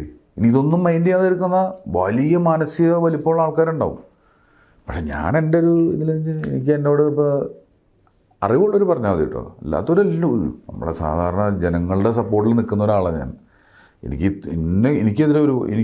എതിരെ എന്നുള്ളതല്ല, ഒരു ആരോഗ്യകരമായൊരു അറ്റ്മോസ്ഫിയറിലല്ല നമ്മളൊക്കെ വർക്ക് ചെയ്യുന്നത്. ഒരു ഹെൽത്തി ആയിട്ടുള്ള ലെവലിൽ ഇപ്പം നിങ്ങൾ പുറത്ത് കാണുമ്പോൾ ജോലി ഓക്കെ ജോലി നന്നായിട്ടുണ്ട്, അല്ലെങ്കിൽ വേറൊരാൾ അഭിനയിക്കുന്നു നന്നായിട്ടുണ്ട്, നിങ്ങൾ അടുത്ത് ചെയ്യൂ, എന്തെങ്കിലും സപ്പോർട്ട് വേണമെങ്കിൽ പറയൂ എന്ന് പറയുന്ന സാഹചര്യത്തിലൊന്നുമല്ല. എല്ലാവരും കഷ്ടപ്പെട്ട് അവരുടെ ഒരു ഇതുണ്ടാക്കുക. പക്ഷെ അതൊന്നും ആരോ പറഞ്ഞിട്ടുണ്ട്, കലാകാരന്മാർ നശിച്ചു തുടങ്ങി കഴിഞ്ഞ് കഴിഞ്ഞാൽ നാട് നശിച്ചു എന്നർത്ഥം. ഏറ്റവും അവസാനം നശിക്കാൻ ചാൻസ് ഉള്ളത് അവരായിരിക്കും എന്ന് പറഞ്ഞാൽ ഒരു ഹെൽത്തി ആയിട്ടുള്ളൊരു ലെവലല്ല ആർക്കും. ഞാൻ മാത്രമല്ല, എനിക്ക് തോന്നുന്നു എല്ലാവരും. അപ്പം അതൊക്കെ ഒന്ന് മാറിയാൽ നല്ലതായിരിക്കും. ഞാൻ മാക്സിമം അത് ചെയ്യാറുണ്ടെന്നാണ് എൻ്റെ വിശ്വാസം. ഞാൻ നല്ലൊരു എഫേർട്ടുള്ളൊരു ആക്ടറെ കണ്ടാലും ഒരു വർക്ക് കണ്ടാലും ഞാൻ അവരോട് വിളിക്കാറുണ്ട്. കാരണം അത് എളുപ്പമല്ലെന്ന് എനിക്ക് തന്നെ അറിയാം. കാരണം ഞാൻ ആ പ്രോസസ്സിലൂടെ കടന്നു വന്നതാണ്. ജോജുവിനെ പറ്റി ഇപ്പോഴും തോന്നാറ് വളരെ ജെന്യുവൻ ആയിട്ടുള്ള ഒരു മനുഷ്യനായിട്ട് തോന്നാറുണ്ട്. പുറത്തുനിന്ന് നോക്കിയിട്ടുള്ള ഒബ്സർവേഷൻസ് ആണ്. വളരെ പച്ചയായ മനുഷ്യൻ എന്നൊക്കെ നമ്മൾ പറയുന്ന ആ രീതിയിലുള്ള ഒരാള്. അത് ആ ഒരു സ്വഭാവം കാരണം ഒരുപാട് പ്രശ്നങ്ങൾ എന്തെങ്കിലും ഉണ്ടായിട്ടുണ്ടോ? അല്ല, ഞാൻ ഭയങ്കര ജെന്യുവൻ ആയിട്ടുള്ള മനുഷ്യൻ എന്നുള്ളതിനേക്കാൾ ഞാൻ എൻ്റെ ജീവിതത്തിൽ വലിയൊരു ട്രാവൽ നടത്തിയിട്ടുള്ള ഒരാളാണ്. എൻ്റെ ഒരു ലൈഫ് ജേണി എന്ന് പറഞ്ഞു കഴിഞ്ഞാൽ ഒരുപാട് ഞാൻ കാണാത്ത അത്രയധികം ട്രാജഡികളും സങ്കടങ്ങളും പ്രണയങ്ങളും എല്ലാം കണ്ടു വളർന്ന ഒരാളാണ് ഞാൻ. അപ്പോൾ ഫൈനലി നമ്മളങ്ങനെ ഇതെല്ലാം കണ്ട് ട്രാവൽ ചെയ്ത് വരുമ്പോൾ കാണുന്നത് വെച്ചാൽ ഞാൻ നന്നായാലാണ് എൻ്റെ ആർട്ട് നന്നാവുമെന്നുള്ളൊരു വിശ്വാസമുണ്ട് എനിക്ക്. കാരണം ഞാനിപ്പോൾ എനിക്ക് പല ക്യാരക്ടേഴ്സിൻ്റെ ഇന്നസെൻ്റ് ആയിട്ടുള്ളൊരു വ്യക്തിനെ അവതരിപ്പിക്കേണ്ടി വരും, അല്ലെങ്കിൽ നല്ല സ്നേഹമുള്ള ഒരാളെ അവതരിപ്പിക്കേണ്ടി വരും, അല്ലെങ്കിൽ ഇതൊക്കെ നമുക്ക് അഭിനയിക്കാൻ പറ്റും. പക്ഷെ അതിൻ്റെ കൂടെ ഒരു സാധനം കൂടി ഉണ്ട്, തോന്നണം. അപ്പോൾ നമ്മൾ നന്നായിരുന്നാൽ നമ്മുടെ ആർട്ട് നന്നാവും എന്നുള്ള ഒരു വിശ്വാസം എനിക്കുണ്ട്. അത് ശരിയാണെന്ന് എനിക്കറിയില്ല, അത് എൻ്റെ അഭിപ്രായം മാത്രമാണ്. ഞാൻ മാക്സിമം എന്നെക്കൊണ്ടാവുന്ന രീതിയിൽ നല്ല രീതിയിൽ ജീവിക്കാൻ നോക്കുകയാണ്. ബേസിക്കലി ഒരു കലാകാരൻ ഒരു നല്ല മനുഷ്യൻ കൂടി ആയിരിക്കണമെന്ന് ഞാൻ വിശ്വസിക്കുന്നു. പിന്നെ ഈ പറഞ്ഞ കാര്യം നമ്മൾ കോംപ്ലിക്കേറ്റഡ് ആക്കാൻ നമ്മൾ ഉള്ളതുപോലെ അങ്ങ് പെരുമാറി കഴിഞ്ഞ് കഴിഞ്ഞാൽ കുറേ കൂടി കോംപ്ലിക്കേഷൻസ് ഒഴിവായി കിട്ടും എന്ന് എനിക്ക് തോന്നുന്നു. ഇതൊക്കെ എൻ്റെ ഒരു ചിന്തയുടെ ഭാഗമായിട്ട് വരുന്നതാണ്. ഞാൻ ബേസിക്കലി നല്ല മനുഷ്യനാണെന്ന് വെച്ച് കഴിഞ്ഞാൽ ചിലർക്ക് ഞാൻ ഭയങ്കര പൊട്ട മനുഷ്യനായിരിക്കും, ചിലർക്ക് ഞാൻ നല്ല മനുഷ്യനായിരിക്കും. അത് അവരുടെ കാഴ്ചപ്പാട്. ബേസിക്കലി ഞാൻ എങ്ങനെയാണെന്ന് വെച്ച് കഴിഞ്ഞാൽ എനിക്ക് തോന്നുന്നത് ഞാൻ കുഴപ്പമില്ലാത്ത ഒരാളാണ്, വലിയ പ്രശ്നമില്ല. ജോജുവിൻ്റെ ഒരു അസാധ്യ പെർഫോമൻസ്, പിന്നെ നമ്മുടെ എരട്ട എന്നുള്ള സിനിമ, അതൊന്ന് പറയാം. അത് അതിൻ്റെ ഒരു കാരണം സെയിം ലുക്ക് വൈസ് എല്ലാം സെയിം, പക്ഷേ കമലഹാസൻ തക്ലൈഫിന്റെ ഓഡിയോ ലോഞ്ചിൽ വരെ പറഞ്ഞു. കഴിഞ്ഞ ദിവസം കൂടെ ഞാൻ നെറ്റ്ഫ്ലിക്സിൽ ഒന്നുകൂടി ഇട്ടത് കണ്ടത്. പറയാം ഹൗ അതിൻ്റെ ഒരു മേക്ക്, അല്ലെങ്കിൽ അതിനകത്ത് ആക്ടിങ്. സത്യമായിട്ട് പറഞ്ഞു കഴിഞ്ഞാൽ അത് സാധാരണ പടം പോലെ അങ്ങോട്ട് അഭിനയിച്ച് തീർത്തു സിനിമ. പക്ഷെ അതിന് ഏത് പടം ചെയ്യുമ്പോഴും എനിക്ക് എൻ്റേതായിട്ടുള്ള പ്രിപ്പറേഷനുണ്ട്, എൻ്റേതായ ഒരു ഡിസൈനുണ്ട്. അതുപോലെ തന്നെയാണ് ആ പടവും ചെയ്തത്. പക്ഷെ ആ പടവും ഇറങ്ങിയപ്പോൾ നിങ്ങൾ ഈ പറയുന്ന പോലെ ഒരാൾ പോലും മൈൻഡ് ചെയ്യാത്തൊരു പടമായിരുന്നു, തിയേറ്ററിൽ പൊട്ടിയ പടമായിരുന്നു. കുറേ റിവ്യൂവേഴ്സ് അതിനെക്കുറിച്ച് നല്ലത് പറഞ്ഞു, നല്ലതല്ലാതെ തിയേറ്ററിൽ വർക്കൗട്ടായില്ല. ആക്ച്വലി നമ്മളുടെ ചിന്താഗതി തെറ്റാണെന്ന് വരെ ചിന്തിച്ചിരുന്ന സമയമാണ്. ഞാനത് വർക്കാവും എന്ന് വിശ്വസിച്ചിരുന്നൊരു പടമാണത്. ആ സിനിമ വർക്കാവും. പക്ഷെ ആ സിനിമ ഇറങ്ങി OTT ഹിറ്റായപ്പോഴാണ് ഈ ഡിസ്കഷൻ വന്നത്. OTT ഹിറ്റായി കഴിഞ്ഞപ്പോൾ തന്നെ ഹിന്ദിയിൽ നിന്നും മറ്റുള്ള ഇൻഡസ്ട്രിയിൽ നിന്നും എല്ലാം നാസർ സാർ എന്നെ ആദ്യമായിട്ട് വിളിക്കുന്നു. ഫസ്റ്റ് വിളിക്കുന്നതൊക്കെ ആ പടം കണ്ടിട്ടാണ്, ഇങ്ങനൊരു പടം കണ്ടു എന്ന് പറഞ്ഞിട്ടാണ്. അതുപോലെ തന്നെ പലരും, മണിസാർ എന്നെ പൊന്നിയിൽ സെൽവൻ 2ൻ്റെ ഫംഗ്ഷൻ ഇൻവൈറ്റ് ചെയ്യുന്നു, ഫംഗ്ഷൻ അറ്റൻഡ് ചെയ്യാൻ. അത് ഈ സിനിമ കണ്ടിട്ടാണ്. ഞാൻ തഗ് ലൈഫിൽ വരാനുള്ള കാരണം ഇരട്ടാണ്. അപ്പോൾ ഇതെല്ലാം ഒരുപാട് കാര്യങ്ങൾ ഇരട്ട വഴി നടന്നിട്ടുണ്ട്. അപ്പം അത് അന്ന് ഇതൊന്നും ഇല്ല, ആരും അങ്ങനെ എഫേർട്ട് ചെയ്തിട്ടില്ല, അതിനെ അഡ്രസ്സ് ചെയ്തിട്ടില്ല. പിന്നീട് ഹിറ്റായി കഴിഞ്ഞപ്പോൾ കമൽ സാറൊക്കെ പറഞ്ഞതൊക്കെ തന്നെയാണ് അതാണ് എന്നെ ഏറ്റവും കൂടുതൽ സന്തോഷം, തൃപ്തിയായി എന്ന് ഞാൻ പറഞ്ഞത് അതുകൊണ്ടാണ്. കാരണം ഇനിയിപ്പോൾ ഇതിൽ കൂടുതൽ ആര് പറഞ്ഞാലും പ്രശ്നമില്ല എന്ന് തോന്നുന്നത് അതുകൊണ്ടാണ്. പക്ഷെ ആ സിനിമ ചെയ്തത് എഫേർട്ടുണ്ട് സിനിമ ചെയ്തതിൽ. കാരണം ഒരു ക്യാരക്ടർ അഭിനയിച്ച് അപ്പം തന്നെ അപ്പുറത്ത് പോയി അടുത്ത ക്യാരക്ടർ അഭിനയിക്കണം. ഇപ്പം ഈ ക്യാരക്ടർ അഭിനയിച്ചത് മുഴുവൻ ഓർത്തിട്ട് വേണം അടുത്ത ക്യാരക്ടർ അഭിനയിക്കാൻ. കാരണം ഇയാൾ ഈ പറഞ്ഞതിനാണ് അയാൾ റിയാക്ട് ചെയ്യേണ്ടത്. അപ്പോൾ ഇതുണ്ട്. അതിന് എൻ്റെ ഏറ്റവും വലിയ റെഫറൻസ് കമൽ സാറിൻ്റെ പടങ്ങൾ തന്നെയായിരുന്നു. നമ്മൾ ഏറ്റവും കൂടുതൽ നോക്കിയിട്ടുള്ളത് അതാണ്. പിന്നെ പുറത്തുള്ള പടങ്ങളൊക്കെ ഓഫ് കോഴ്സ് നമ്മൾ കാണുമല്ലോ, കണ്ടിട്ടുണ്ട്. അപ്പോൾ ഇതെല്ലാം വിട്ടിട്ട് നമ്മുടെ ഇവിടെ അത് എങ്ങനെ ഇംപ്ലിമെൻ്റ് ചെയ്യാൻ പറ്റുന്നുള്ളത്, അതിലും എനിക്ക് എൻ്റെ ഒരു ക്യാരക്ടറിനെ കുറച്ചും കൂടി ബെറ്റർ ആക്കണമെന്ന് എനിക്ക് തോന്നിയിരുന്നു. ബെറ്ററാക്കി ചെയ്തിരുന്നെങ്കിൽ ആ പടം കുറച്ചും കൂടി വേറെ ലെവലിലേക്ക് മാറുമെന്നുള്ളൊരു തോന്നലുണ്ട്. മരിച്ചു പോണ ആളല്ല, മറ്റാളുടെ ക്യാരക്ടർ അത് ആ ലൈനിലല്ലാണ്ട് വേറെ ലൈനിൽ പിടിക്കാമായിരുന്നു എന്നൊക്കെ അത് ചെയ്തപ്പോൾ ഒക്കെ തോന്നി. പിന്നെ നമ്മൾ വെറും 40 ദിവസം കൊണ്ട് ചെയ്ത പടം അത്, 35-40 ദിവസം കൊണ്ട്. പക്ഷെ അത് ഇങ്ങനെ ഒരു ജീവിതത്തിൽ ഒരു വലിയൊരു എപ്പിസോഡാവുമെന്നൊന്നും അന്ന് ചിന്തിച്ചിരുന്നില്ല. ഇതുപോലെ തന്നെ ദൈവമേ ഒരു പരിപാടി ചെയ്യുന്നുണ്ട്, രക്ഷപ്പെട്ട് പോണേ എന്നുള്ളൊരു സംഭവം തന്നെയാണ്. പക്ഷെ കൊമേഴ്സ്യലി ഫ്ലോപ്പായിരുന്നു സിനിമ. പിന്നെ ഇവിടെ റിലീസ് ചെയ്ത് കഴിഞ്ഞിട്ട് ഭയങ്കര പ്രശ്നമായിരുന്നു. അന്ന് ആ പടത്തിനെതിരെയൊക്കെ ആരും കാണരുത്, ഭയങ്കര ഡാർക്കാണ്, കുടുംബം പോകരുതെന്ന് പറഞ്ഞൊരു ക്യാമ്പയിനിങ് വരെ നടന്നിട്ടുണ്ടായിരുന്നു ആ സിനിമയ്ക്കെതിരെ. പടത്തിൻ്റെ ക്ലൈമാക്സ് ആക്ച്വലി ഭയങ്കര ഹോണ്ടിങ് ആണ്. സോ ബ്രദറിൻ്റെ സൂയിസൈഡിൻ്റെ കാരണം റിവീൽ ആവുന്നൊരു ആ മൊമെൻറ്റ് രോഹിത് എങ്ങനെയാണ് ബ്രീഫ് ചെയ്യുന്നത്, അല്ലെങ്കിൽ അത് വായിക്കുമ്പോഴോ അല്ലെ എനാക്ട് ചെയ്യുമ്പോഴോ? അല്ല, ആ സിനിമ ഞാൻ പറഞ്ഞില്ല, ആ സിനിമ ഒരു കളക്റ്റീവായിട്ടുള്ളൊരു വർക്കാണ്. നമ്മൾ ആ കഥ പറയുന്ന സമയം തുടങ്ങി ആ ഗ്രൂപ്പിൽ വന്ന് ചേർന്നവരായിട്ട് ഒരു മൊത്തത്തിലൊരു ഡിസിഷൻ, നമ്മൾ ഡിസ്കഷൻസൊക്കെ പോയിട്ട് മാർട്ടിനും അതുപോലെ തന്നെ നമ്മുടെ കൂടെ ഉള്ളവരൊക്കെ കൂടി ഒരുമിച്ച് നിന്ന് ഡിസ്കസ് ചെയ്ത് അപ്പം നമ്മൾ അതിലുണ്ട്. അന്ന് ആദ്യമല്ല ബ്രീഫ് ചെയ്യുന്നത്, കഥ കേൾക്കുന്ന സമയം തുടങ്ങിയിട്ടേ നമ്മുടെ ബ്രീഫിങ്ങുകൾ ഇങ്ങനെ പോയിക്കൊണ്ടിരിക്കുക. അല്ലാണ്ട് അങ്ങനെ അഭിനയിക്കാൻ പറ്റത്തില്ല.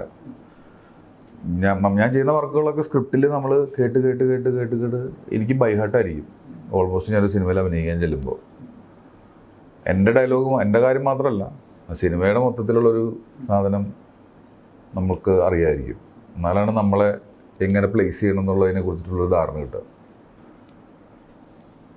പക്ഷെ ഈ പറഞ്ഞില്ലേ ഈ ഡാർക്കാണല്ലോ ഈ ജോജുവിന്റെ സിനിമയൊക്കെ ഡാർക്ക്, അങ്ങനെ ഒരു ടൈപ്പ്കാസ്റ്റ് ആവുന്ന അങ്ങനെ. എൻ്റെ പേര് അങ്ങനെയാണ് പറയുക, എന്നെ കുറെ പേര് വിളിക്കാറ് ഡിപ്രഷൻ സ്റ്റാർ എന്നൊക്കെ വിളിക്കാറ്.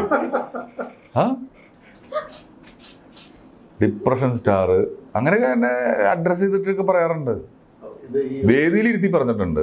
അപ്പോൾ ഈ പണിയാണെങ്കിലും ജോസഫ് ആണെങ്കിലും ഇരട്ടയാണെങ്കിലും അപ്പോൾ ഇത് ടൈപ്പ് കാസ്റ്റ് അടുത്ത ഒരു വേറെ ഇപ്പം മറ്റേ ആക്ഷൻ ഹീറോ ബിജുവിനകത്ത് ഒരു കോമിക് ക്യാരക്ടറാണ്. അപ്പം അങ്ങനെ ഒരു ലൈനിലേക്ക് അല്ലെങ്കിൽ ഒന്ന് മാറ്റി പിടിച്ചാലോ അങ്ങനെ വല്ല ചിന്ത അങ്ങനെ എന്തെങ്കിലും?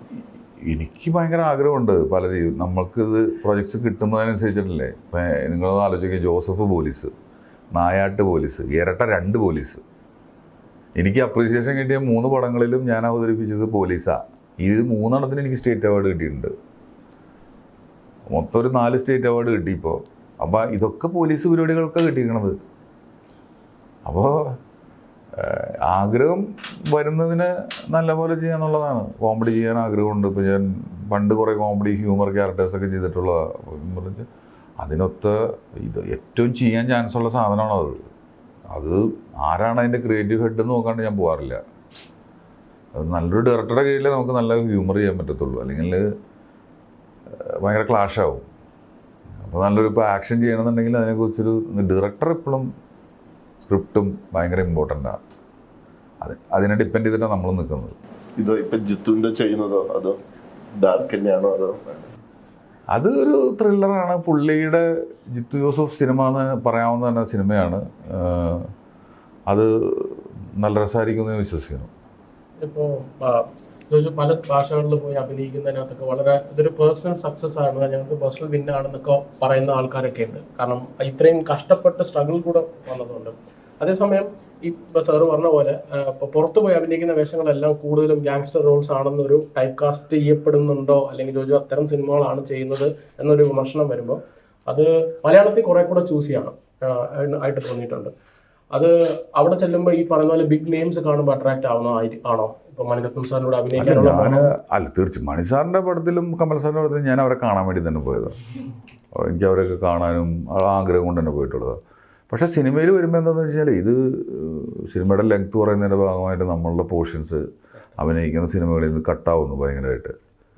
അതെനിക്ക് ഭയങ്കര പുതിയൊരു അനുഭവം. കാരണം അതെ, തമിഴിലൊക്കെ ചെയ്യുമ്പോൾ ഏറ്റവും വലിയൊരു പ്രശ്നമായിട്ട് എനിക്ക് തോന്നിയത് നമ്മളുടെ ഭാഗങ്ങൾ വരുന്നില്ല. മലയാളത്തിൽ അങ്ങനെയല്ല. മലയാളത്തിൽ നമ്മൾ ചെയ്യുന്നത് നമ്മൾ സെൻട്രൽ ക്യാരക്ടർ ആയതുകൊണ്ട് നമ്മളുടെ എല്ലാ ഡീറ്റെയിലിങ്ങും വരും. അപ്പോൾ നമ്മളൊരു ചെയ്യുന്ന പ്രോഗ്രാം പൂർണ്ണമായിട്ട് നമുക്ക് എത്തിക്കാൻ പറ്റുന്നില്ല. അതൊരു ഇതായിട്ടുള്ള കാര്യമാണ്. പിന്നെ എന്നെ അവർ ഭയങ്കര മാസമായിട്ടാണ് കാണുന്നത്. അവരെന്നെ കാണുന്നത് ജോസഫ് മുതലാണ്. മലയാളത്തിൽ അങ്ങനെയല്ല. പുറത്ത് ഇൻഡസ്ട്രിയിലുള്ളവർക്ക് ഞാൻ ജോസഫിൽ വന്നൊരു പുതുമുഖ നടനായിട്ടാണ് കാണുന്നത്. അതെൻ്റെ ഒരു ഭാഗ്യം. അതിന് മുമ്പ് 100 സിനിമ അഭിനയിച്ചിട്ടുണ്ട് ഞാൻ പഴയ ആളാണ് ആക്ച്വലി. പക്ഷെ അവരെന്നെ കാണുന്നത് പുതിയ ആളായത്. ഒരു പുതിയ നടൻ വന്നിട്ട് കേട്ടോ, ഇതാരാ മനുസാർ പറഞ്ഞത് ഇരട്ടാണ്, ഇതാരാ ഇയാള്? 25 വർഷം മുമ്പ് ഞാൻ അവിടെ ഉണ്ട്. പക്ഷേ അത് അപ്പം എൻ്റെ ഭാഗ്യമാണ്. അപ്പോൾ അവർക്ക് അത്രയും സമയം തുടങ്ങിയിട്ടല്ലേ ഇത് വരുന്നുള്ളൂ. പിന്നെ എൻ്റെ ഈ പറഞ്ഞ രീതിയിലുള്ള ഇപ്പം നിങ്ങൾ നേരത്തെ പറഞ്ഞ എൻ്റെ സക്സസ് പലരും എന്നെ അറിയാത്തവർ വരെ എൻജോയ് ചെയ്യുന്നുണ്ട്. അത് എനിക്ക് മെസ്സേജായിട്ടൊക്കെ വരാറുണ്ട്. അത് ഭയങ്കര സന്തോഷമുള്ള കാര്യം. കാരണം വെച്ചാൽ ഒരു ആവറേജ് ബിലോ മിഡിൽ ക്ലാസ്സിനെ റെപ്രസെൻ്റ് ചെയ്ത് നിൽക്കുന്ന ഒരാളാണ്. അപ്പം നമുക്കും ഇതൊക്കെ കിട്ടും, നേടാം, നിങ്ങളുടെ എന്നുള്ളൊരു അങ്ങനത്തെ ഒരുപാട് മെസ്സേജുകൾ വരാറുണ്ട്. അത് വളരെ സന്തോഷമുള്ള കാര്യം. അവരുടെ ഇടയിൽ നിന്ന് വന്നതായിട്ട് എന്നെ കാണുന്നു എന്ന് പറയുന്നത് ഞാനൊരു സന്തോഷിക്കുന്നൊരു കാര്യമാണ്. അതിന് ഏത് സെറ്റപ്പിൽ നിന്നായാലും ആർക്കും എന്തും ആവാം, എന്തും ചെയ്യാം. അതിനിപ്പോൾ മിഡിൽ ക്ലാസ് എന്നില്ല, ലോ ക്ലാസ് എന്നൊന്നുമില്ല. പക്ഷെ നമ്മളതിനെ എങ്ങനെ അപ്രോച്ച് ചെയ്യുന്നു, അതിനെങ്ങനെ പഠിക്കുന്നു എന്നുള്ള ഒരു കാര്യം ഭയങ്കര ഇമ്പോർട്ടൻ്റ് ആയിട്ട് തോന്നി. ജോജു ഒരു സ്റ്റാറാണ്. ഈ കമന്റ് പറയുന്ന ഒരു സാധാരണ യൂട്യൂബിൽ കുറെ 100,000 പേര് അതുപോലത്തെ ആൾക്കാരുണ്ട്. Does it really matter? I mean ഒരു സ്റ്റാർ, ഒരു ആക്ടർ, ജോജു പോലത്തെ കഴിവുള്ള ഒരു ആക്ടർ, ഒരു ഡയറക്ടർ ഇത്ര വൾനറബിൾ ആണ്? എൻ്റെ കാര്യം വെച്ച് പറയുമ്പോൾ കോമൺ ആയിട്ടുള്ളൊരു ഇത് ഡിപ്പെൻസ് ഓൺ ഓരോ വ്യക്തികൾ. എൻ്റെ കാര്യം വെച്ച് പറയുന്ന സമയത്ത് വെച്ചാൽ ഞാൻ നേരത്തെ പറഞ്ഞല്ലോ, ഞാൻ നിങ്ങൾ ഈ പറയുന്ന ഫാൻ ബോയ് സെറ്റപ്പിൽ നിന്നും ഈ പറഞ്ഞൊരു കോമൺ ഓഡിയൻസ് സെറ്റപ്പിൽ നിന്നും വർഷങ്ങളോളം നടന്നിട്ട് വന്ന എനിക്കിത് പറയാം. എൻ്റെ ആംഗിൾ അത് കറക്റ്റായിരുന്നു എനിക്ക് പറയാൻ പറ്റും. മറ്റുള്ളവരുടെ കാര്യം എനിക്ക് അറിയാൻ പറ്റത്തില്ല. ഞാനിപ്പോൾ എന്നെ കുറിച്ചിട്ട് ഞാൻ നിൽക്കുന്ന ഒരു നടൻ എന്നുള്ള പൊസിഷനോ കാര്യങ്ങളോ ഞാനത് എൻ്റെ ടാലൻറ്റിൻ്റെ ഭാഗമായിട്ട് കിട്ടിയിട്ടുള്ളൊരു സാധനമാണത്. ഞാൻ അതിനെക്കുറിച്ച് അങ്ങോട്ട് നോക്കിയിട്ടില്ല. കാരണം അത് ഒരു ഘട്ടത്തിൽ ഇതൊക്കെ നഷ്ടമാവുന്ന സമയത്ത് നോക്കി സങ്കടപ്പെടാതിരിക്കാൻ വേണ്ടിയിട്ട് ഞാൻ അതിനെക്കുറിച്ച് ബോധേഡല്ല. ഞാനിപ്പോൾ ചെയ്യുന്നു പോകുന്നു എന്നുള്ളൊരു കാര്യമാണ് എൻ്റെ ലൈഫിൽ. പക്ഷെ അപ്പോൾ നമുക്കൊരു സാഹചര്യം ഉണ്ടാവേണ്ടതിൻ്റെ ആവശ്യകത ഇല്ലേ? ഉണ്ടോ? പറഞ്ഞ പോയിന്റ് മനസ്സിലായി? ആ അർത്ഥത്തില്ല. കാരണം ഇതിപ്പോൾ ഒരു നിങ്ങൾ എന്നെ ഇൻ്റർവ്യൂ ചെയ്യുമ്പോൾ ഞാൻ ഇവിടെ ഒരു സെലിബ്രിറ്റി ആണ്. പക്ഷെ എന്നെ സംബന്ധിച്ചിടത്തോളം ഞാൻ അതിനെ അങ്ങോട്ട് കയറ്റിയിട്ടില്ല അങ്ങോട്ട് ആ ഒരു ലൈഫ് സ്റ്റൈല്. കാരണം ഇപ്പോൾ എൻ്റെ എല്ലാ ഫ്രീഡത്തിലും ഞാൻ ജീവിക്കുന്നത്. എനിക്കിഷ്ടമുള്ള എല്ലാ കാര്യങ്ങളും ചെയ്യാൻ പറ്റുന്ന ലെവലിൽ എനിക്ക് ഇന്ന ഇഷ്ടമുള്ള സ്ഥലത്ത് പോകാം, ഇഷ്ടമുള്ള ഹോട്ടലിൽ കയറാം, എൻ്റെ ഭാര്യയും പിള്ളേരായിട്ടോ അല്ലെങ്കിൽ എൻ്റെ കൂട്ടുകാരായിട്ടോ എനിക്ക് എന്തും ചെയ്യാം. അങ്ങനെയൊക്കെ ഉള്ളൊരു ലൈഫ് സ്റ്റൈലിൽ ജീവിക്കണമെന്ന് ആഗ്രഹിക്കുന്ന ആൾ തന്നെയാണ് ഞാൻ. ഇതുകൊണ്ട് ഞാൻ ഇങ്ങനെ ഇരിക്കുമ്പോൾ ഇൻ്റർവ്യൂവിൻ്റെ പൊസിഷനിൽ ഈ സെറ്റപ്പ് ആ സെറ്റപ്പിലോട്ട് പോയിട്ടില്ല. എനിക്ക് ഞാൻ കണ്ട് ബോറടിച്ചത് ആ സെറ്റപ്പ്. കുറേ കാലം അതിൻ്റെ പിന്നാലെ നടക്കുമ്പോൾ ഇങ്ങനെ ഇപ്പോൾ വേദി സ്റ്റേജിൽ കയറിയ ആദരണീയരായ സഹൃദയരായ കലാസ്നേഹികൾ എന്ന് പറയുന്ന ആ ഫോമാറ്റ് എന്നിൽ നിന്ന് പോയി. ശരിക്കും അത് ഇപ്പോഴും വർക്കൗട്ടാവും. ഇപ്പം ഞാൻ സ്റ്റേജിൽ കയറിയിട്ട് ബഹുമാനപ്പെട്ട അധ്യക്ഷൻ, ഞാൻ അങ്ങനെ പറയില്ല, എല്ലാവർക്കും നമസ്കാരം. എനിക്ക് അതാ കംഫർട്ടബിൾ. മറ്റേതെന്ന് പറഞ്ഞു കഴിഞ്ഞാൽ പറയണോട് പ്രശ്നമുണ്ടെന്നല്ല ഞാൻ പറയണത് കേട്ടോ. പക്ഷേ എൻ്റെ കംഫർട്ട് എനിക്ക് ഇതാണ്, ആ ഈസിനെസ്. എന്നാലും എനിക്ക് എൻ്റെ റിയാലിറ്റി അല്ലെങ്കിൽ കട്ടാവും. എൻ്റെ ആർട്ടിനത് വേണമെന്ന് ഞാൻ വിശ്വസിക്കുന്നു. ഇപ്പം എൻ്റെ റിയാലിറ്റിയാണ് ഞാൻ അഭിനയിക്കുന്നത്. ഞാൻ കാണുന്ന എൻ്റെ ഒരു റിയാലിറ്റിയാണ് എൻ്റെ സിനിമയിൽ ഞാൻ പറഞ്ഞിട്ടുള്ളത്. അപ്പോൾ ആ ഒരു കാഴ്ചപ്പാട് നമുക്ക് വേണമെങ്കിൽ മറ്റേ സ്ഥലത്തോട്ട് പോയിട്ട് അടച്ചു കൂട്ടിയിട്ടിരുന്ന് കഴിഞ്ഞാൽ ഇത് പ്രശ്നം പോലില്ല. പക്ഷെ അത് കട്ട് ഓഫ് ആകുമ്പോൾ എനിക്ക് നഷ്ടമാവുന്നത് എൻ്റെ ഡാറ്റാബേസാണ്. അപ്പോൾ ഞാൻ അങ്ങനെ ചിന്തിക്കുമ്പോൾ ഈ പ്രശ്നമൊക്കെ എനിക്ക് പ്രശ്നമായിട്ട് തോന്നും. ഈ സിനിമയിലെ വയലൻസിനെ കുറിച്ചിട്ട് ഒരുപാട് ഇപ്പോൾ പറയുന്നുണ്ട്. കാരണം സിനിമയിൽ ഇൻക്രീസിങ് വയലൻസ് വളരെ കൂടി വരുന്നു എന്നുള്ളൊരു ഒപ്പീനിയൻ ജനറലി ഉണ്ട്. അത് ബോറടിച്ചിട്ട് പറയണതാണ്. അത് മാറ്റി കൊടുത്തു കഴിഞ്ഞാൽ പ്രശ്നമൊന്നുമില്ല. ആൾക്കാരത് എൻജോയ് ചെയ്യുന്നുണ്ട്. ഇതുണ്ട്. അതുകൊണ്ടൊരു പ്രശ്നം ഉണ്ടെന്ന് വെച്ച് കഴിഞ്ഞിട്ടുണ്ടെങ്കിൽ അതിലും വലുതല്ലേ ഇവിടെ സൊസൈറ്റിയിൽ നടക്കുന്നത്.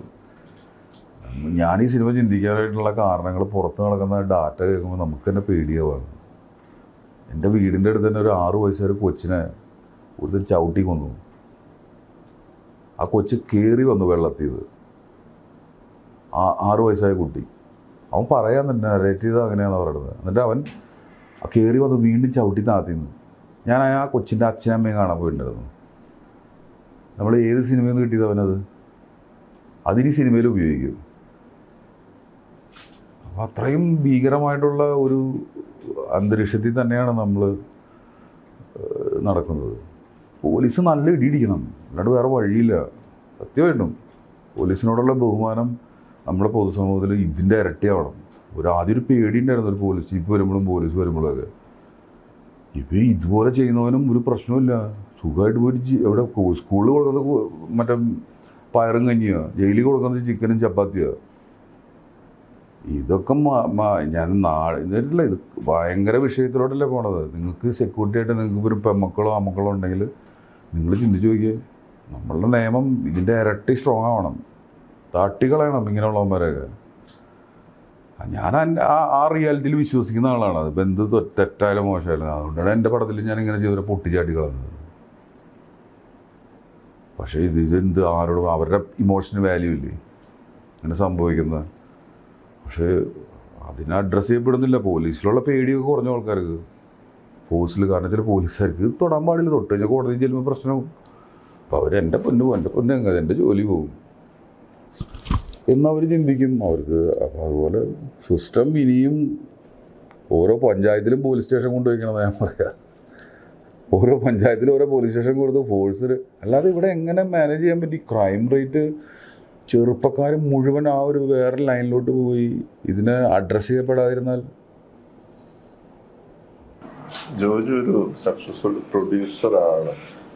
പക്ഷെ പണിയിൽ ജോജു നേരത്തെ പറഞ്ഞ പോലെ തന്നെ എല്ലാ എഫേർട്ടും എടുത്തു. അതായത് അത് സിനിമ പൊട്ടിയിരുന്നെങ്കിൽ ഞാൻ തീർന്നേനെ എന്ന് പറഞ്ഞു. അപ്പൊ അതിൽ നിന്ന് ഉള്ള ഒരു ലെസൺ, അതായത് ഇനി അടുത്ത എടുക്കുമ്പോൾ പണി 2 ഇറക്കുമ്പം മുഴുവൻ ഇത് സാധനം ഇറക്കില്ല എന്നുള്ള ഒരു ഇതാണോ അതിൽ നിന്ന് കിട്ടിയ ഒരു ആദ്യം? ഞാൻ വേറെ ആളുടെ പ്രൊഫഷനിലെ ജോലി ചെയ്യുള്ളൂ എന്ന് വെച്ചിട്ട് എനിക്ക് അത്രമാത്രം പണി പോലെ അത്രമാത്രം ഉറപ്പ്, അത് എന്നിലൊരു ഉറപ്പ് ഉണ്ടെങ്കിൽ മാത്രമേ ഞാൻ ചെയ്യാൻ പോവുള്ളൂ. അത് അല്ലെങ്കിൽ ആ ലാസ്റ്റ് സെക്കൻഡിൽ വരെ ഞാനത് വിട്ട് കളയും.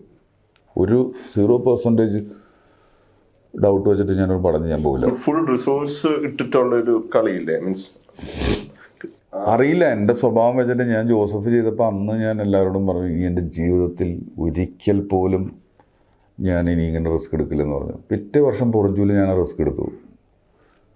അത് കഴിഞ്ഞിട്ട് ഞാൻ ഇപ്പം ഇങ്ങനെയല്ല, ഒരു ക്യാരക്ടറിൻ്റെ ഭാഗമായിട്ട് വന്നുകൊണ്ടിരിക്കുക. അപ്പം അതിൻ്റെ പ്രശ്നങ്ങളുണ്ട്, അതിൻ്റെ സക്സസ്സും ഉണ്ട്. ബാലൻസ് ആക്കണം എന്നൊക്കെയാണ് ആഗ്രഹം. അതേപോലെ ഒരു ഏത് നടന്റെ ആഗ്രഹമാണ് ഈ ലിജോ ജോസ് പെല്ലിശ്ശേരിയുടെ സിനിമകളിൽ അഭിനയിക്കുക എന്ന് പറയുന്നത്? ചുരുളി മാത്രമേ അഭിനയിച്ചിട്ടുള്ളൂ. ചുരുളി മാത്രം. ആ എക്സ്പീരിയൻസ് എങ്ങനെയായിരുന്നു? ചുരുളി എന്നുള്ളത് ഈ തെറി പറയണ വേഷം അവാർഡിന് അയക്കുള്ളൂ എന്ന് പറഞ്ഞതിൻ്റെ പേരിൽ തെറി പറഞ്ഞ് അഭിനയിച്ചതാണ് ഞാൻ. പക്ഷേ അവരത് റിലീസ് ചെയ്തു. അപ്പം ഞാനാണ് ഇപ്പോൾ അത് ചുമന്നുകൊണ്ട് നടക്കുന്നത്. ചുരുളിയിൽ തെറി ഇല്ലാത്തൊരു വേർഷൻ ഉണ്ട്.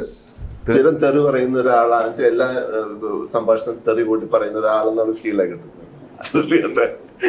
അല്ല, തൃശ്ശൂര് നമ്മുടെ ഏരിയയിൽ വെറുതെ സ്നേഹത്തിൽ ചോദിക്കണത് തെറി പറയണത് തുടങ്ങാം. പക്ഷെ അതിൽ ഞാൻ ഡബ് ചെയ്തിട്ടുണ്ട്. വേറൊരു വേർഷൻ ഉണ്ട് ഇതിന്, തെറി ഇല്ലാത്തൊരു വേർഷൻ ഉണ്ട്. അപ്പം അത് തിയേറ്ററിൽ വരുമെന്നാണ് ഞാൻ പ്രതീക്ഷിച്ചത്. പക്ഷേ ഈ വേർഷൻ വരുമെന്ന് ഞാൻ പ്രതീക്ഷിച്ചില്ല.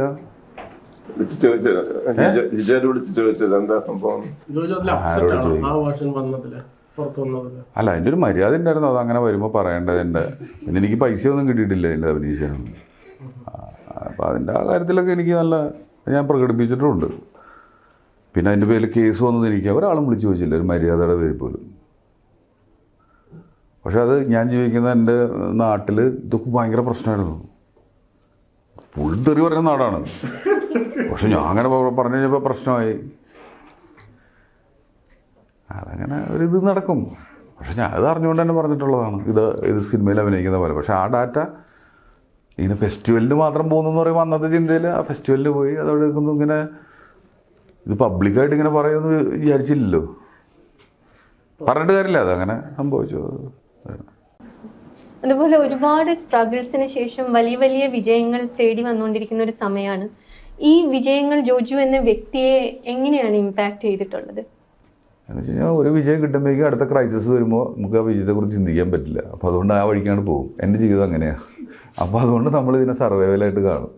ഒരു വിജയങ്ങൾ പോലും എനിക്ക് അങ്ങനെ ആസ്വദിക്കാനോ അല്ലെങ്കിൽ അതിനെ ക്രെഡിറ്റ് ചെയ്യാനോ ഇതുവരെ പറ്റിയിട്ടില്ല, മൈൻഡ് ചെയ്യാൻ പറ്റിയിട്ടില്ല. അതാണ് സത്യാവസ്ഥ. അവിശ്വസനീയം, സത്യമായിട്ടുള്ള കാര്യമാണ്. എനിക്ക് എൻ്റെ ലൈഫ് വെച്ചിട്ടാണ് പറയുന്നത് ഞാൻ.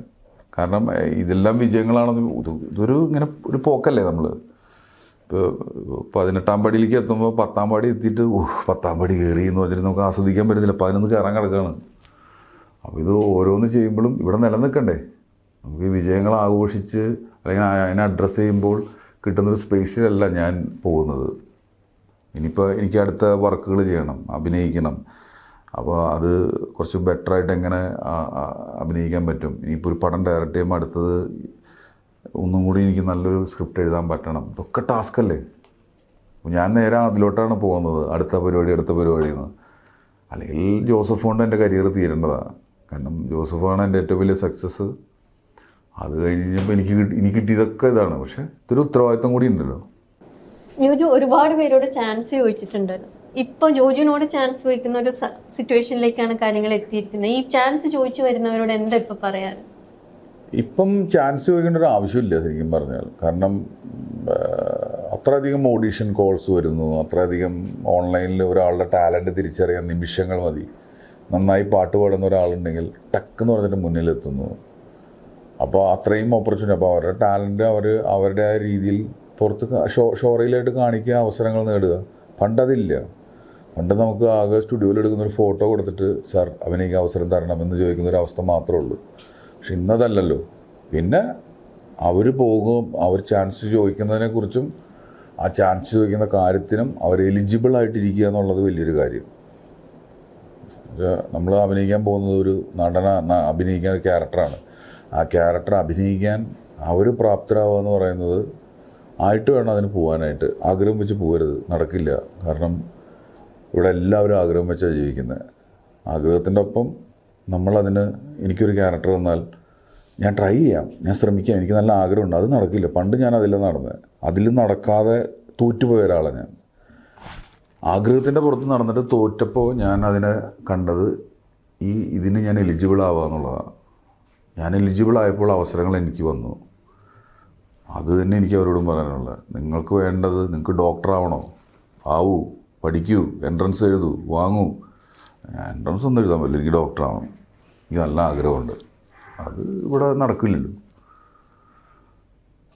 ഞാനിപ്പോൾ ചാൻസ് ചോദിക്കാറുണ്ട് ആരോടെ? പിന്നെ ഞാൻ നല്ല ഡയറക്ടേഴ്സിൻ്റെ അടുത്ത്, രാജീവേണ്ട അടുത്ത് ഞാൻ ചോദിക്കാം. ഇപ്പോഴും കഴിഞ്ഞ ആഴ്ച കൊണ്ട് ചോദിച്ചോളൂ. രാജീവേട്ട ഒരു നല്ല രസമുള്ള ഒരു ലവ് സ്റ്റോറി ചെയ്യാം നമുക്ക്.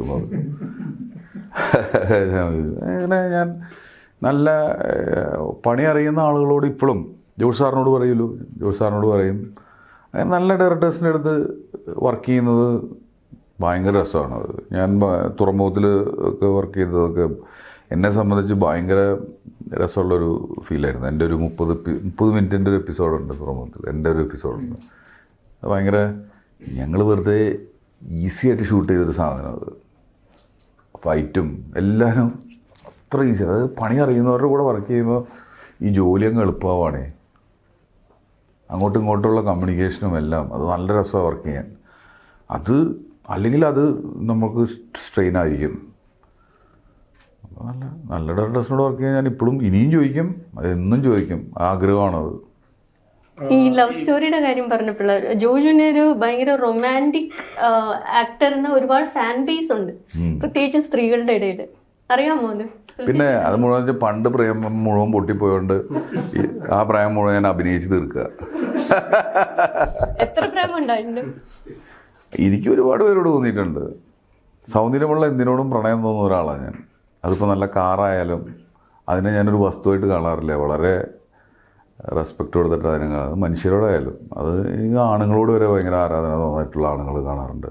ഭയങ്കര ആരാധന തോന്നുന്ന സ്ത്രീകളെ ഞാൻ കാണാറുണ്ട്, നല്ല ക്വാളിറ്റിയുള്ള.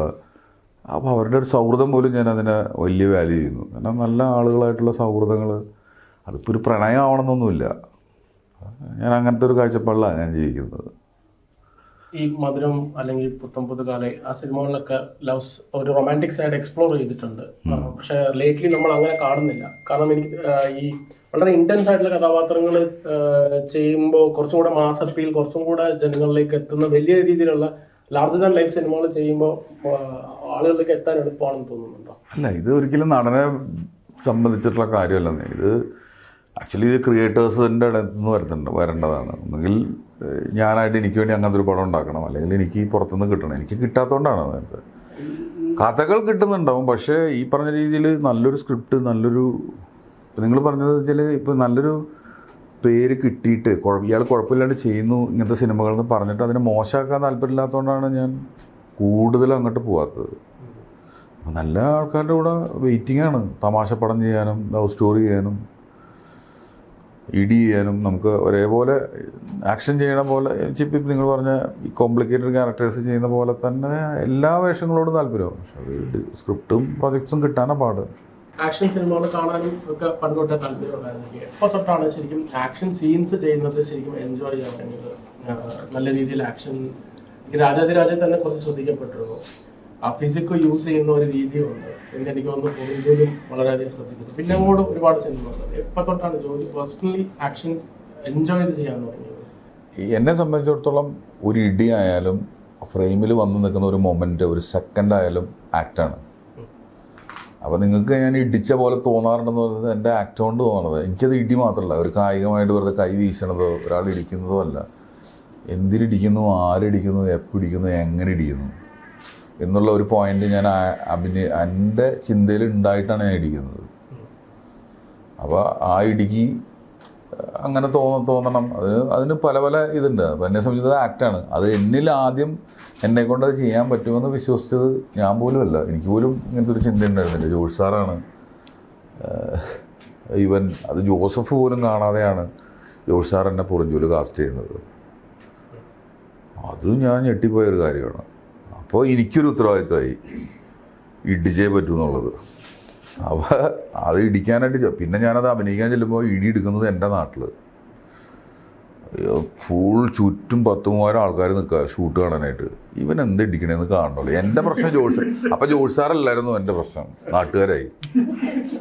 അപ്പോൾ അവർക്കറിയില്ലല്ലോ ഇത് സിനിമയിലുള്ള സാധനമാണെന്ന്. അപ്പോൾ അവർ അകലെന്ന് തോന്നുമ്പോൾ ഇവന് ഇടിക്കണമായിട്ട് തോന്നുന്നു. ശരിക്കും ഇടിക്കണ പോലെ ഇടിക്കണം, അങ്ങോട്ട് കൊടുത്തു. അത് തന്നെ ഞാൻ പറഞ്ഞില്ലേ, പിന്നെ ഞാൻ ഇടി കണ്ട് വളർന്നിട്ടുള്ള ഒരാളായതുകൊണ്ട് എനിക്കത്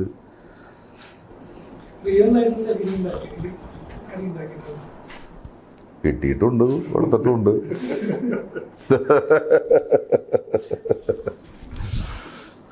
ഈ രാമൻ തോട്ടത്തിനകത്ത് എൽവിസ് എനിക്ക് തോന്നുന്നു ജോജുവിൻ്റെ വളരെ ഒരു അണ്ടർസ്റ്റേറ്റഡ് ആയിട്ടുള്ള ഒരു പെർഫോമൻസ് സ്ട്രോങ്ങാണ്. അതിനകത്ത് വളരെ കാഷ്വലായിട്ട് അഗ്രസീവ്നെസ് കാണിക്കുന്നതാണെങ്കിലും ടോക്സിസിറ്റി കാണിക്കുന്നതാണെങ്കിലും അത് ചെയ്തപ്പോൾ കിട്ടിയ ഒരു സാറ്റിസ്ഫാക്ഷൻ എനിക്ക് ഭയങ്കര ഹാപ്പി ആയിട്ടുള്ളൊരു വേഷമാണ്. ജയശങ്കർ തന്നിട്ടുള്ള നല്ലൊരു ക്യാരക്ടറാണ്. ലൗഡൊന്നുമല്ല, പക്ഷെ ഭയങ്കര ശക്തമായിട്ട്. അന്ന് ആ സിനിമ ഭയങ്കര ഹാപ്പി ആയിട്ടുള്ളൊരു പ്രൊജക്റ്റായിരുന്നു അത്. അതേപോലെ എനിക്ക് തോന്നുന്നു ഇതിൻ്റെ അകത്ത് ലൂക്കാ ചോപ്പിക്കകത്ത് ആവേശം, അതും അതെനിക്ക് സ്റ്റേറ്റ് അവാർഡ് കിട്ടിയിട്ടുണ്ട്. സ്പെഷ്യൽ മെൻഷൻ ഉണ്ടായിരുന്നു മറ്റേ ഇതിൻ്റെ കൂടെ സെക്കൻഡ് ക്ലാസ് യാത്ര.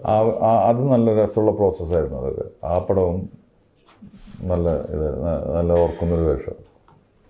വിമർശനങ്ങൾ എങ്ങനെയാണ് കാണുന്നത്? അതായത് കൺസ്ട്രക്റ്റീവ് ആയിട്ടുള്ള, ഇപ്പോൾ പണിക്ക് വന്നിട്ടുള്ള പല വിമർശനങ്ങളും ചിലപ്പോൾ ജോലി ശ്രദ്ധിച്ചിട്ടുണ്ടാവും, അതിൽ ഉൾക്കൊണ്ടിട്ടുണ്ടോ നല്ല വിമർശനങ്ങൾ? കൺസ്ട്രക്റ്റീവ് ആയിട്ടുള്ള വിമർശനങ്ങളെ തീർച്ചയായിട്ടും നമ്മൾ ഉൾക്കൊള്ളും. പിന്നെ ഞാൻ നേരത്തെ പറഞ്ഞില്ലേ, നമ്മൾ ഇപ്പം വെറുതെ അഭിപ്രായം പറയാനിട്ട് കാര്യമില്ല. ഇതാര് പറയുന്നു എന്നുള്ളൊരു കാര്യമുണ്ട്. ഇപ്പം നിങ്ങളിപ്പം ജേർണലിസ്റ്റുകളാണ്, നിങ്ങൾക്ക് ഇതിനെക്കുറിച്ചിട്ട് നിങ്ങൾ പറയുന്ന അഭിപ്രായത്തിൻ്റെ അത്ര ഒന്നും എനിക്കിതിനെക്കുറിച്ചിട്ട് പറയാൻ പറ്റത്തില്ല. വെറുതെ ഇരുന്ന് ഓരോരുത്തർ പറയുന്നതിനോടൊന്നും എനിക്കതിനെ ഒരു താല്പര്യമില്ല, കേൾക്കാനും താല്പര്യമില്ല, ഒരു ഇതുമില്ല. പക്ഷേ അത് നല്ല രീതിയിലുള്ള ആളുകൾ പറയുന്നതിനെ ഞാൻ ഇപ്പോഴും എടുക്കുന്നുണ്ട്. അങ്ങനെയാണ് ഞാൻ എൻ്റെ കരിയർ ഇവിടെ വരെ എത്തിച്ചിട്ടുള്ളത്. ഞാൻ ആദ്യമേ കേട്ടിട്ടുള്ളത് നീ എലിജിബിൾ അല്ല, നീ ബോറാണ്, നീ ചെയ്യുന്നത് ശരിയല്ല എന്നുള്ള കാര്യമാണ് ഞാൻ കേട്ടിട്ടുള്ളത്. ഞാനത് അഡ്മിറ്റ് ചെയ്തിട്ടുള്ള ആളന്ന്. ശരിയാണ് നിങ്ങൾ പറയുന്നത്, പക്ഷെ എൻ്റെ ഉള്ളിൽ ഇങ്ങനെയല്ലെന്ന് എനിക്കറിയാം. പക്ഷെ എനിക്കറിയില്ല ഇതെങ്ങനെ ചെയ്യേണ്ടത്. ഞാൻ അങ്ങനെ എൻ്റെ കരിയർ തുടങ്ങുന്നത്. അപ്പോൾ നമ്മളതിനെ ആ ക്രിറ്റിസിസം ഉൾക്കൊണ്ടുകൊണ്ട് ചെയ്യുന്നു. അപ്പോൾ അതിനുശേഷം അഭിപ്രായം ചോദിക്കുമ്പോൾ കുഴപ്പമില്ല, പക്ഷെ ഒരു ഇതില്ല. അപ്പോൾ ആ ഇതുണ്ടാക്കാൻ വേണ്ടിയിട്ട് വീണ്ടും പിന്നെ ഇങ്ങനെ ഇത് ചെയ്യുന്നു. അപ്പോൾ ഇപ്പോഴും ഞാൻ റിപ്പീറ്റഡ് ആവുന്നുണ്ടെങ്കിൽ ഇപ്പോൾ ഞാൻ പറഞ്ഞില്ലേ, ഞാൻ ചെയ്തത് 3 പോലീസ് ഓഫീസർ ക്യാരക്ടറുകളാണ് മെയിൻ പടങ്ങൾ. അതിൽ ഞാൻ ഒരേപോലെ ആണെന്നുണ്ടെങ്കിൽ എനിക്ക് ഈ അപ്രിസിയേഷൻ കിട്ടില്ലല്ലോ. ഒരേ ടൈപ്പ് ക്യാരക്ടർ തന്നെ വേറെ രീതിയിലാണ് ഞാൻ ചെയ്യേണ്ട വന്നിട്ടുള്ളത്. അപ്പോൾ നല്ല രീതിയിൽ നല്ല വിമർശനങ്ങളെ വെൽക്കം ചെയ്യുന്നു. പക്ഷേ ഒരു കാര്യമില്ലാത്തവൻ വന്നിട്ട് വിമർശിച്ചുകൊണ്ടിരിക്കുന്നത് കേൾക്കും. അതിൽ കൺസ്ട്രക്റ്റീവ് ഉണ്ടെന്ന് പറഞ്ഞിട്ടുണ്ടെങ്കിൽ എനിക്കതിൽ നല്ല ഡാറ്റ കിട്ടാൻ അവസ്ഥയുള്ള ഒരാളാണ്. വെറുതെ തന്നെ ഞാൻ അത് കേൾക്കാൻ നിൽക്കുന്നത്. പിന്നെ അത് ഫോക്കസ്ഡായിട്ട് പറയുന്നത് പോലെയൊക്കെയുള്ള കാര്യങ്ങളാണ്. അതിലൊന്നും അവരുടെ അഭിപ്രായമായിട്ട് കാണുള്ളൂ. നിങ്ങളുടെ അഭിപ്രായം അതാണ്. ഇപ്പോൾ റിവ്യൂ ചെയ്യുന്നുണ്ട്. റിവ്യൂ എന്ന് വെച്ചാൽ അവരുടെ അറിവിനനുസരിച്ചിട്ട് അവർ റിവ്യൂ ചെയ്യുന്നു. അതാണ് ശരിയെന്ന് കുറേ പേര് വിചാരിക്കുന്നു, കുറേ പേര് അവർ പറയുന്നത് ശരിയല്ലെന്ന് വിശ്വസിക്കുന്നു. അങ്ങനെ കണ്ടാൽ മതി. ഞാനങ്ങനെ ചിന്തിക്കുന്നു അതിന്. പിന്നെ അവർ പ്രസൻറ്റേഷൻ രീതികളുണ്ട് ഭയങ്കര ഇൻസൾട്ടായിട്ടുള്ളത്. നമ്മളൊന്ന് ആലോചിക്കുക, ഇത്ര ഒരു സമൂഹത്തിൽ ഒരു പൊസിഷനിൽ സെലിബ്രിറ്റി ആയിട്ട് വന്നു എന്നുള്ളത് അവരെ കുറ്റമല്ലല്ലോ. ഭയങ്കര പുച്ഛത്തോടു കൂടിയിട്ട് ആളുകളെ അഡ്രസ്സ് ചെയ്യുന്നത്, ആ കൾച്ചർ ചോദ്യം ചെയ്യുമ്പോഴും പോലും ഇവിടെ ഒരു സിസ്റ്റമില്ല. എന്തും പറയാം, തെറി വരെ പറഞ്ഞിട്ട് റിവ്യൂ ചെയ്യാൻ കേട്ടിട്ടുണ്ട്. ഇവിടെ ഇല്ല. അപ്പോൾ ചോദിക്കുമ്പോൾ ഇല്ല, അത് അവരുടെ അഭിപ്രായ സ്വാതന്ത്ര്യമാണല്ലോ. ഓക്കെ, നാളെ നിങ്ങളും അതിൽ വരുമ്പോൾ മനസ്സിലാവും. ആ സിസ്റ്റം ഒരു ഏരിയയിൽ മാത്രമല്ല വർക്കാവുന്നത്. നമ്മൾ വിചാരിക്കുക അത് സിനിമയിൽ മാത്രമാണ്. അത് പൊതുസമൂഹത്തിൽ നിലവന്നൊരു കൾച്ചറായിട്ട് മാറിക്കൊണ്ടിരിക്കുക. വളരെ ഒരു രീതി അത് പ്രോത്സാഹിക്കപ്പെടേണ്ട ഒരു കാര്യമായിട്ട് എനിക്ക് തോന്നുന്നില്ല. ഉറപ്പായിട്ടും ആർക്കും എന്ത് അഭിപ്രായം വേലും പറ. കാണുന്നവരതിന് ഇങ്ങനെ എടുക്കും. ഒരാൾ റിവ്യൂ പറഞ്ഞു, ഞാൻ എൻ്റെ സിനിമയുടെ അറിവനുസരിച്ചിട്ടാണ് ഞാൻ ആ റിവ്യൂവിനെ കാണുന്നത്. അയാൾ പറഞ്ഞതിൽ എന്തൊക്കെ മാച്ച് ചെയ്യും. ആ ക്യാരക്ടർ ചേഞ്ച് നിങ്ങൾ നേരത്തെ എന്നോട് പറഞ്ഞില്ലേ, പണ്ടത്തെ ഇൻ്റർവ്യൂ കണ്ടപ്പോൾ ജോലി കുറച്ചുകൂടി സിമ്പിളായിരുന്നു, ഇന്ന് എന്നിൽ കനം വന്നു എന്ന് പറഞ്ഞില്ലേ. എൻ്റെ ജീവിതഭാരങ്ങളും എൻ്റെ കാര്യങ്ങളൊക്കെയാണ് സംഭവിച്ചത്. ഈ റിവ്യൂസിനെ കുറേ നാളുണ്ട് എന്തൊരു മനോഹരമായിട്ട് അവർ സംസാരിക്കുന്നത്. ഇപ്പം നോക്കി മാറി, വരുമാനമായി, കാര്യങ്ങളായി. പക്ഷെ ആരെയും അങ്ങനെ എല്ലാവരും സ്ട്രഗിൾ ചെയ്തിട്ട് അവിടെ നിൽക്കുന്നത്. എന്തൊരു പാടാണെന്നറിയോ ഒരു സിനിമയിൽ അഭിനയിക്കാൻ അവസരം കിട്ടാനും. എന്നോട് എത്രയോ പേര് സിനിമയിൽ ഇൻഡസ്ട്രിയിലുള്ളവർ അടുത്ത പടം ഉണ്ടാകുമ്പോൾ ഒന്ന് പരിഗണിക്കുമെന്നോ വളരെ സീനിയറായിട്ട് ഈ കളിയാക്കുന്ന പല നടിമാരും പറയാറുണ്ട്. അവരെ സംബന്ധിച്ച് അവരുടെ ജീവിതമാണത്.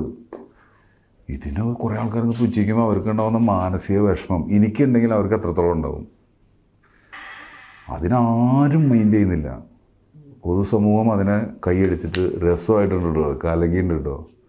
അതിൽ കുറേ പേരുടെ വേദനയുണ്ട്, അത് അഡ്രസ്സ് ചെയ്യപ്പെടുന്ന ആഗ്രഹമുണ്ട്. അത്രേ ഉള്ളൂ.